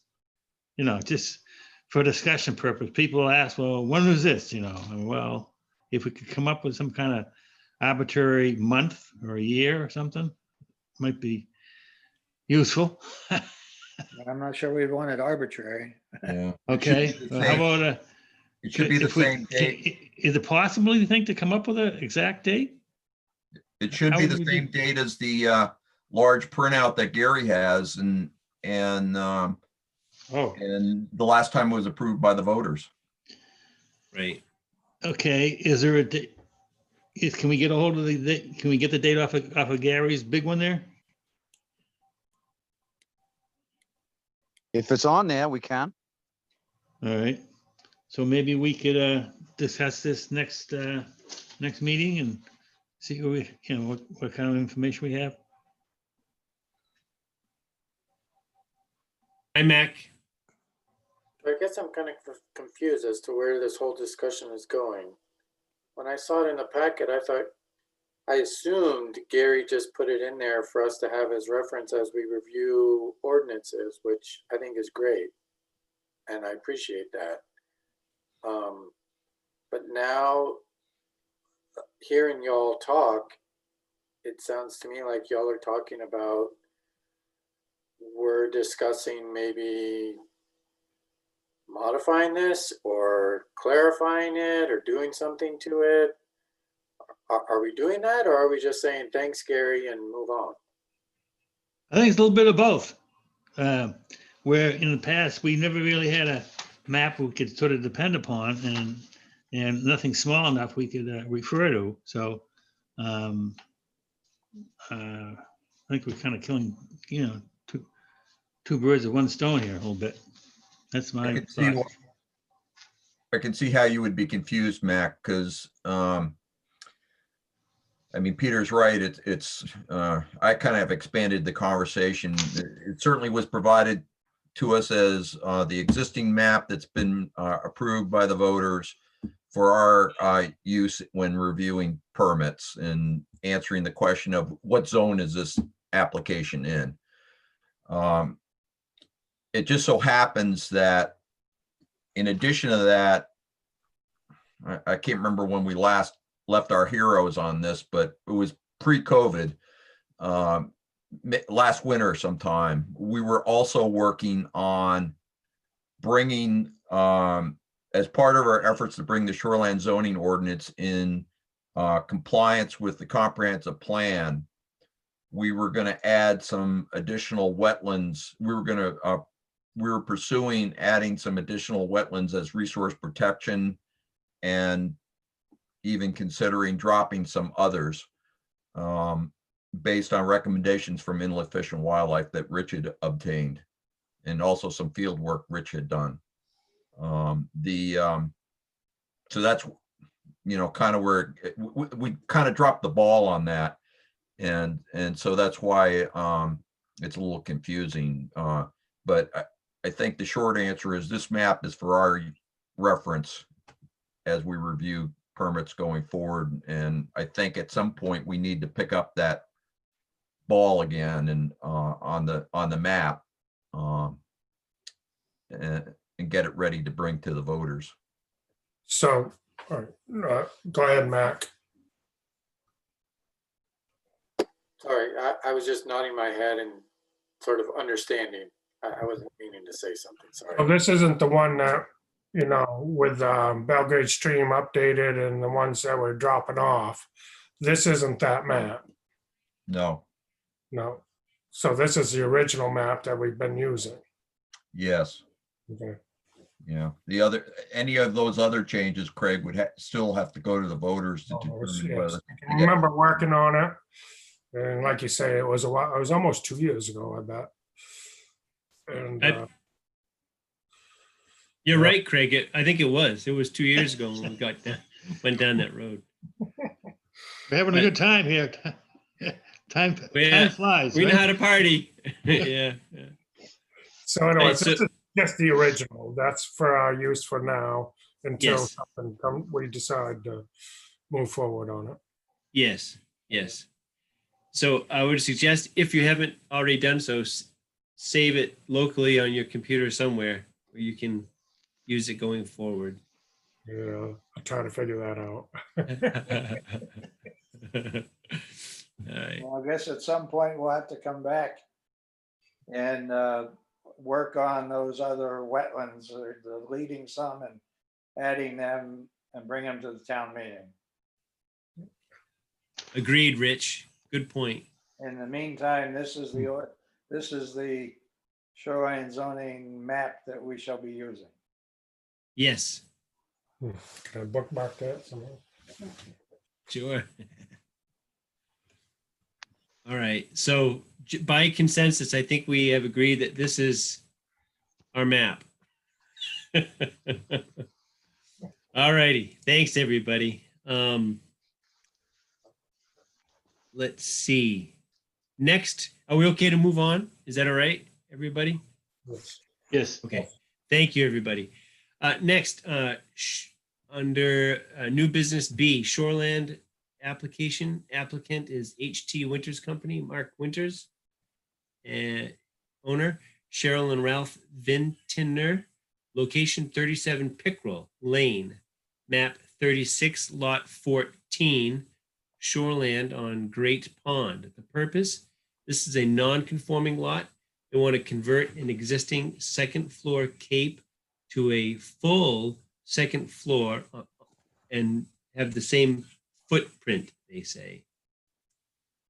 All right, and do we have, let's see.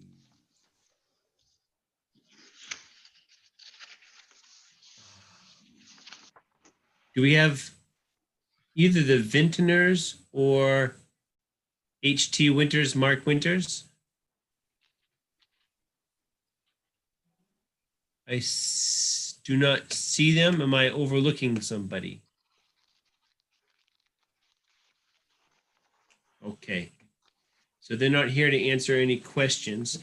Hey, Gary, Peter? did they know? Did they know Yeah. to be? Yeah. Yeah, his secretary called me today and I said, there's quite a few things ahead of you, so you'd probably be safe not even to get on till 7:30. I'm here. Oh, you are? I pressed the wrong button. My name is Mark Winters. Yes, I'm here. Hi, Mark. Thanks for joining us. Sure. I saw Kim Barnett and I didn't know, but that, I guess, by process of elimination, that would mean that name is here for this meeting. Right, she's my office manager. Perfect. The most important person in the room, right? Definitely. Yes, sir. Make it happen. All right, let's move along on this. All right.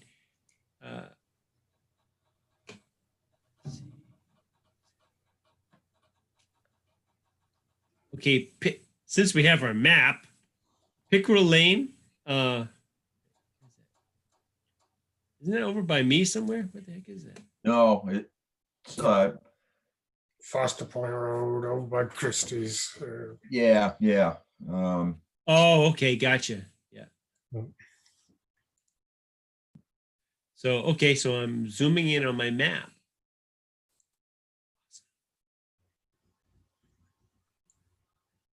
Is that in the cove, right? Yes. Yeah. Left-hand side of the cove. Yeah. Ah, it's.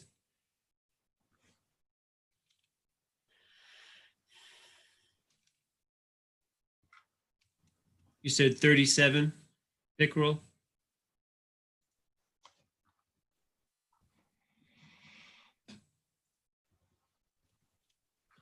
So I'm assuming the two pictures are before and after. No, east and west.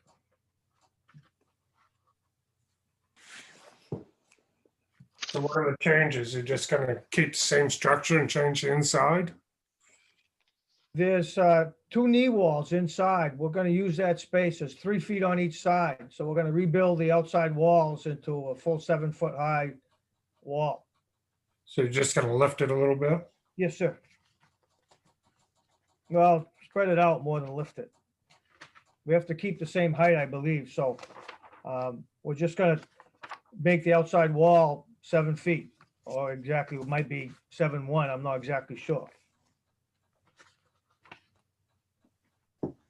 Hey, Peter, Go ahead, George. I think I have this correct, but it seems like there's two things missing from the application. One is, that are required. One is a side view of the proposed structure showing, among other things, the maximum height. And a second is a letter of authorization from the Vintners indicating that Mr. Winters can represent them. The letter is in the packet. I don't have it. Okay, well, when I put in the application, I sent it. I didn't put the packet together. Sheila put that together by the sounds of things, but I have the letter here and I did send it to the Belgrade Town Office. So I can have Kim send it in the morning, but I have it right in front of me. Okay, well, Yeah, I anyway, don't have a letter in my Okay. packet. So if you could send that, that would be good. Sure, I'll send it in the morning. Thank you. the other substantive thing is the lack of a profile drawing or a side view drawing, which is required by the ordinance. Yep.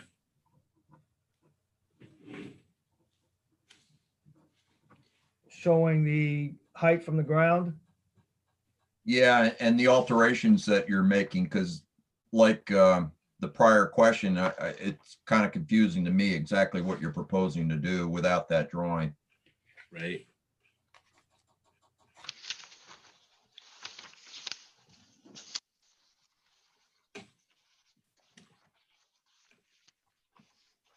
So I would say that based on those two observations, that we do not have a complete application. That would be my take. Not that we can't, once we get those things, make some progress, but in my opinion, tonight is incomplete.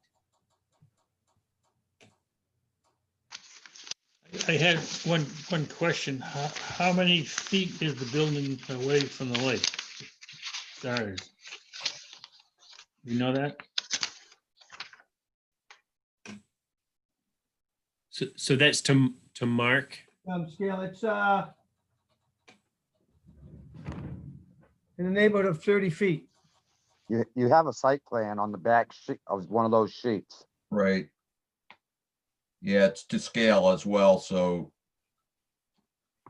Short I side don't have it. scale of 30.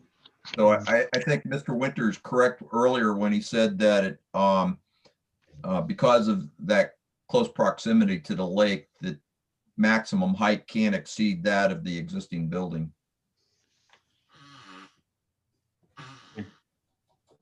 That's where I was Yeah, going with it. I discussed that with him.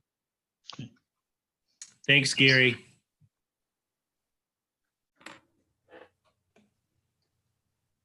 So what's the maximum height? And what is, how many feet is it? 30 feet from the water, we're saying? That the shortest distance is 30. It's 30, all right. So from 25 feet back, you can go up to what? How many feet? I'm asking the board. Right. Pardon me? 20 feet. 20 feet, all right. Or whatever's existing. Yeah. Or the greater of, right? Yeah. Okay. Yep. The existing, right? Yep. Okay. So do we know, at this point, we don't know what the height is of the building? Mid Well, it's gonna 20s. keep it the same. Yeah, it's Huh? in mid 20s. It's the mid-20s? Yes, All right. So I just want to make sure, the applicant knows where we're coming from. I do. Okay. So that's why we're asking these, we need the more detail. So exactly what's gonna happen, you're gonna take the roof off and, I'm gonna take the roof, if you look at, it's the facing east. It's got it's 3-story facing east. with the windows? Yes, and the sliding doors and such, and Yeah. the deck downstairs. Yeah, We're just gonna, if you look at the left and the right, you see those 2 sconces on the wall. Well, above those, we're gonna extend the wall 7 feet or whatever we can do to get the max height. And we're gonna frame that and frame the roof, put a metal standing seam roof on and put a few windows in. so you're basically just taking that where the windows are off and up. Right, that A frame. We're taking the A off and making it not an A. How's that? What are you making it into, a gambrel or? No, it's gonna be an A, but it's gonna be a very slight pitch. It's gonna be a 2 pitch, so it's not gonna be steep. Oh, yeah, I get you. Yeah, so I guess we do need a print of that, I mean. Yeah. Yeah, good point, Craig. We do. Even though the height's staying the same and everything, I mean, I don't really see a problem with it, but we just need Right. it on record. Yep. So I got one question here. Where the back of the house there, away from the lake, once you get up to 75 feet back, you can go up to what's the maximum height he can go up to if he wants to? 25, but that's not his plan. He's not going higher than the existing. I know, but does he know he can go higher? He can go up higher, whatever it is, whatever the statute says. He can't go up higher because it's already at 25. You measure from the lake side. Okay. So the highest she can go is 25 feet, even though he gets in 75 feet and back, He's 75 over to 100. He He's couldn't over go any higher? 25 now. Huh? He's over 25 currently by a little bit, Right. and he's not going to go any higher than what's existing. But what if he wanted to? He can't because he's 25 feet in the front. Well, I know, but if the building goes back, you get into the 75 feet. Is there any part of the building with beyond 75 feet away from the lake? No, I don't think so. It's very close. I think 100 is up near the garage, so I would say maybe it just meets 75, but that would be a. Oh, okay. All right. I just wanted to, I'm asking these questions because if it was beyond 75 feet, getting into, 80 feet, stuff like that, 95 feet or whatever, you It can go scales higher at on that 70. part of the building. It scales out at 70 feet. Okay. All right. So it's within.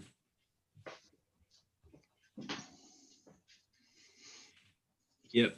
Yeah, so Pete, that's on page 10 in the ordinance, just so. Right. I just want to make sure he's aware what the Thank you. rules are. Yep. I didn't, so, okay.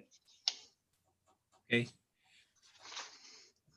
So how does the board feel? I mean, I'm thinking we're lacking some information here. We've had a good discussion, but we're still lacking information for a complete application. Bless you, Yes, bless somebody. somebody. Yeah, the letter is, I have that in my hand. As far as the drawing goes, I have to make that, but the letter somehow got lost in cyberspace, but I have it right in my hand, so I know it exists.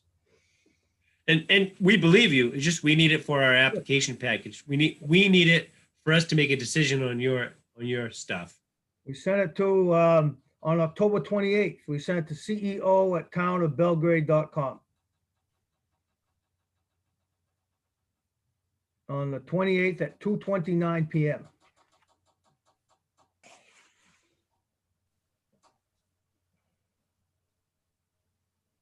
Hey, Gary, are you there? Yes. I I'm sure you. thought I thought I saw it, but Okay. I don't recall where. I think Okay. regardless, Yeah. we're gonna need to table this until we get the profile drawing. And it sounds like, the letter could be here as early as tomorrow, but we still need to table it for the profile drawing, so we have a Agreed. complete application to act on. Hi, Mac, go ahead. I agree with everything that's been said, but I'd also like it if he filled out all the questions on the application. There's some blank spaces. I'm not saying they will change anything, but everything should be filled out. For example, Very- number 6 is blank, number 8 is blank, number 9 is blank. Very good point. Completeness and thoroughness is an important aspect for us. So Mark, can you do that, please? 7, 8. Well, Okay, just fill the application. Make sure there's no blank spaces on the application. Yeah. Also, on number 6, says present number of bedrooms 3, bedrooms to be added, -1. What does that mean? that's just what it means. It means there's 3 now. I'm taking out 1 bedroom, turning it into a bathroom. Oh, So I'm reducing the bedroom total by 1. So just so you know, I think that should be explained somewhere in the application,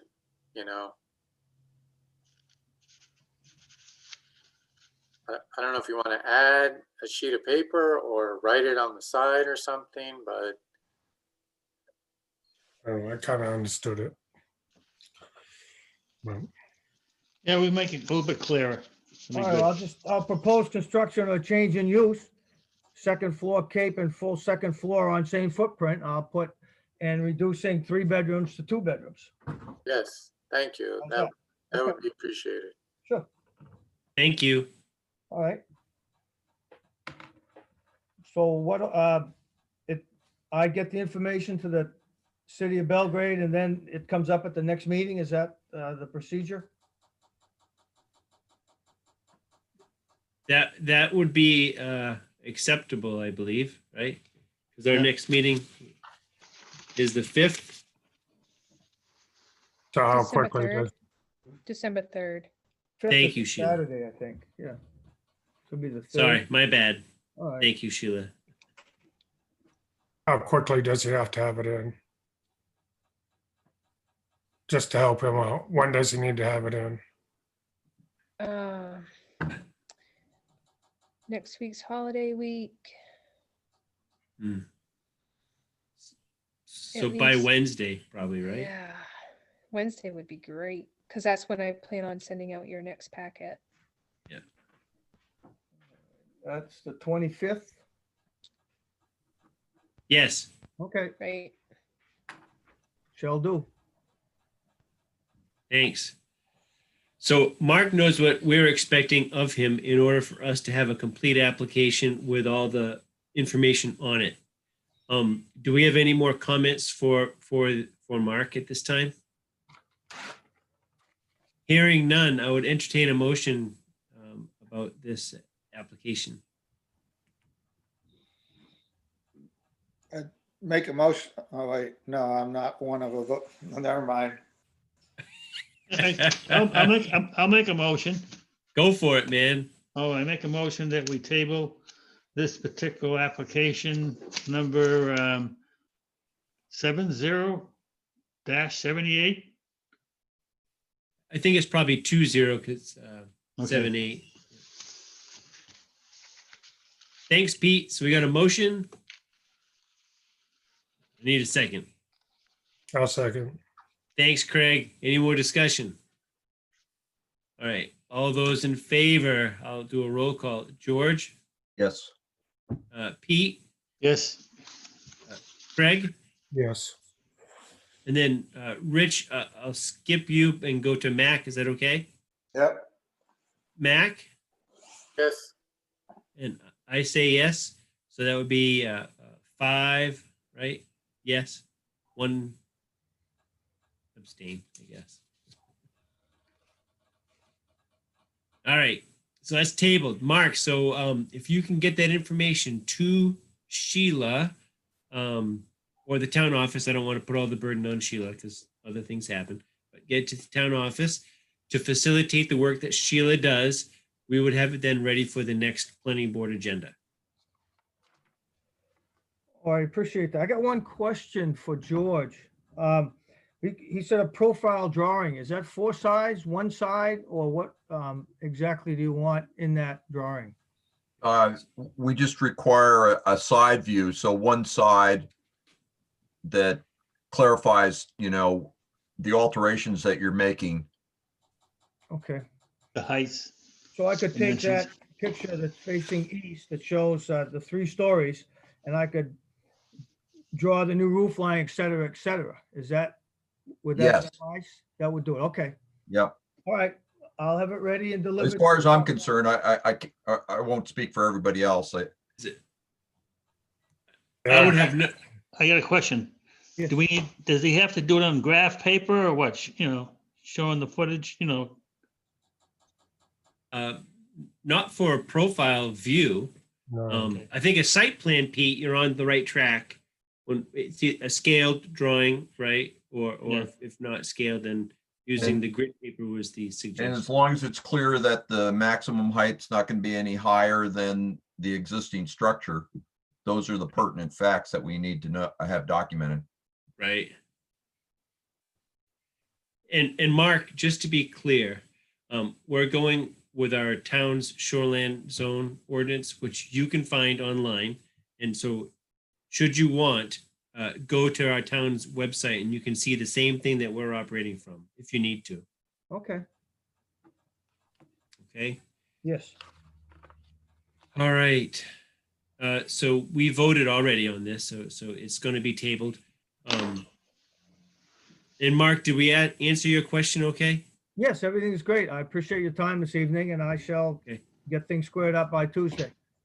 All right, great. Thank you so much. Thank all of you. Happy holidays. Yes, you too. Yes, to you as well. Thank you.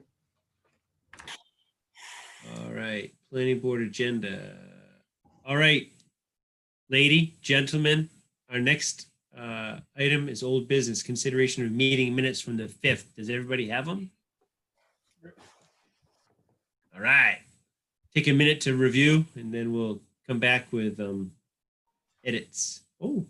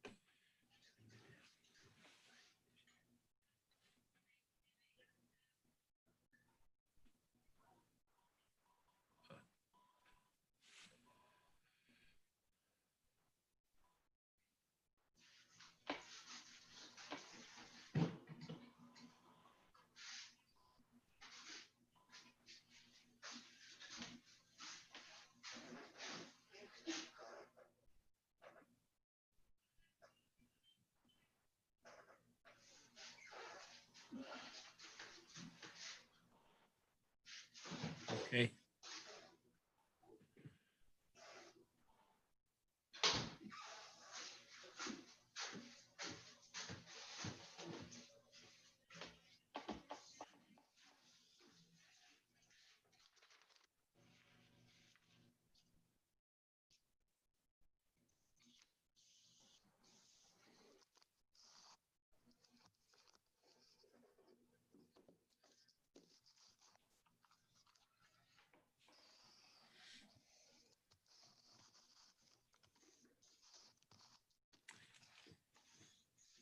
Are there any edits or amendments to the minutes?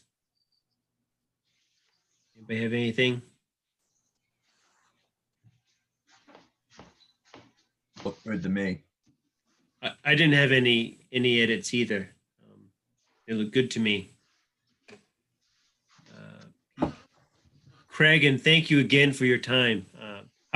And I want to ask you a question right when we get done. It won't take much more of your time. Oh. All right. Pete, any edits? Me? I wasn't Hey. there.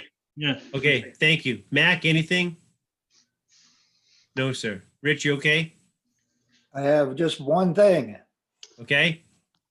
adjourn. I think there's a J there somewhere.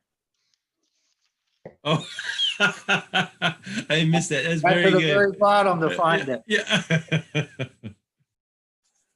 And I do, Sheila, I appreciate the draft watermark on the minutes until such time they're passed. That small thing, but I like it. So thank you. Welcome. Rich, that was a test. You passed. Pardon me?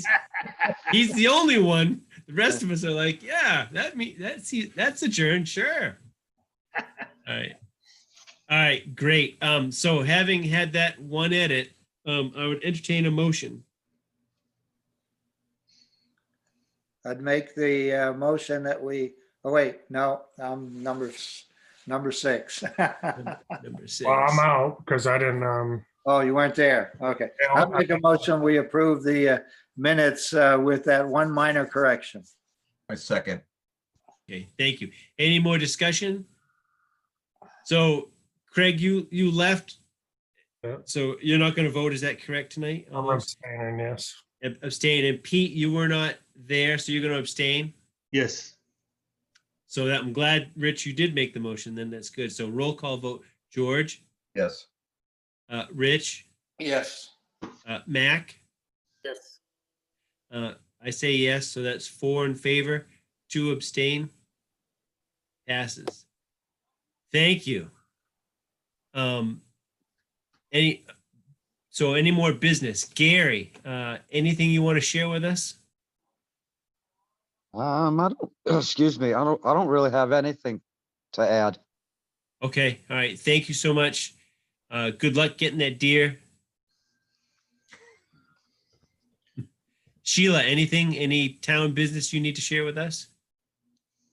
No, well, I'll try to get the agenda out and all of your packages for next Wednesday, since we'll be closed Thursday, Friday Right. for the 3rd. And then remind you the week of the 3rd. If anything else comes in, I'll make sure you get it. All right. Thank you. You're Anthony, thank you. I really appreciate that. Anthony's phone is still with us. He does not need to chime in if he has nothing else to add tonight. That's fine. Craig, I just wanted to see how you're doing. How's your stamina and the ability to be upright and pain-free and stuff? It's doing really well. This last week was a major difference. So I feel a big difference in this last week. I go in for my first follow-up visit next Wednesday, and I'll start physical therapy after that. Okay. So Great. I'm So doing what well. happened, so what happened to you, Craig? I had a herniated disc between 6 and 7, C6, C7. So Wow. we took the disc out, put a spacer in there, and fused my neck together. So they're waiting for bone to grow. Yeah. And so it's I still have numbness in my big finger, pointer finger, but the pain has subsided. I can sleep a lot better. So in this last week, as far as my surgery goes and stuff, it's gotten really better. So I'm thinking that the next few weeks it's going to get really good. So when are you gonna start Fantastic. pounding nails? Oh, I hope by the end of January, February. Wow, jeez. I'm glad you're doing a lot better. I didn't realize you were out. Yeah. 3 months. And they go in from the front side, Pete, to get Yeah. at that. They go in from the front to work at the back. Yeah. Yeah. So it's major deal, man. So all right, well, I'm glad you're upright and doing all right. Thanks for the It's getting update. harder and harder to not do anything because it's starting to feel a little better. Yeah. That's the hard part. So you don't set yourself back. Right. Right. Yeah. I'm not going to, trust me, I'm not going to, but Yeah. I'm glad Yeah. you're doing well, Craig. You look great, and I'm glad Thank it's a success. thank you. I'll still be able to plow. Yeah. Just use those mirrors, right? Right. Well, actually, my range of motion's gotten pretty good left and right. And that's fine. That's not, I don't have to worry about that. And it's the up and down with C6 and 7, which is still good. Yeah. Yeah. We'll see Careful. what they say next Wednesday. All right. All right. Does anybody else have anything to share tonight? I got 2 scuttlebutt questions here. All right. The solar farm, did we approve of that? We Yes. Solar farm? Yes. Yeah. When are they gonna start? When are they gonna start their, the operation, building down there? I've driven by there, they're doing nothing. I was kind of curious. Well, they have other permits to get through the PUC and everything else. But Yeah. I have noticed that they have started planting trees in the front for a buffer. Okay. And the other question was, what's the story with Tukey's lumber? You go by there and, there's about 5 different versions of what's going on. So anyone know?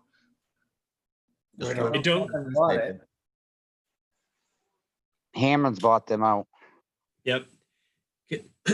And so that was what we thought because we saw the Hammond truck up there and Hammond lumber workers doing stuff. So it seemed like it was purchased by them. So Yep, it was.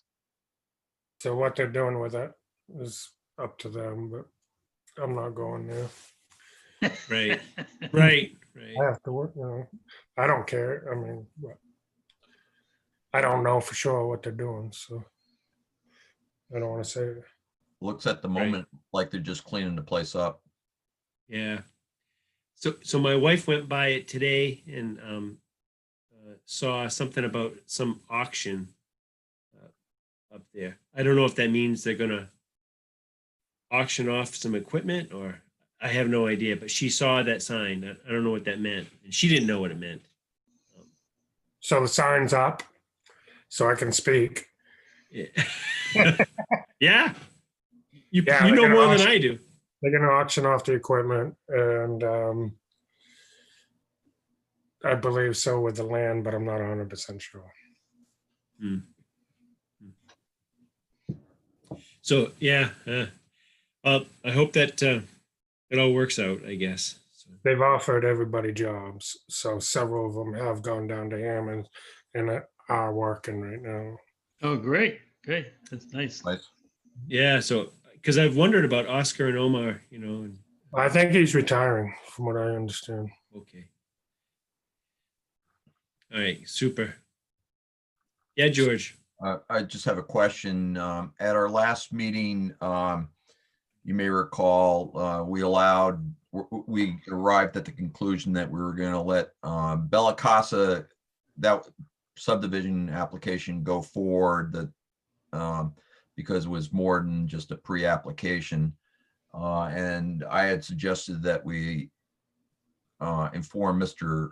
Evans, Tyler Evans, of that decision. And I was just wondering, so that he, since it, you know, it sets a precedent for him and would allow his application to go forward as well. And I was just wondering if that had been done. Yes, it has. It has been. Thanks, Gary. Thanks, Gary. All right, anything else? Well, if not, we can call it a wrap, and it's going to call it a short meeting, only 2 hours and 20 minutes. So thank you all very much for your time. Really appreciate it. Have a great night and have a great Thanksgiving. Hey, thank See you. you all. You guys. See ya. Bye.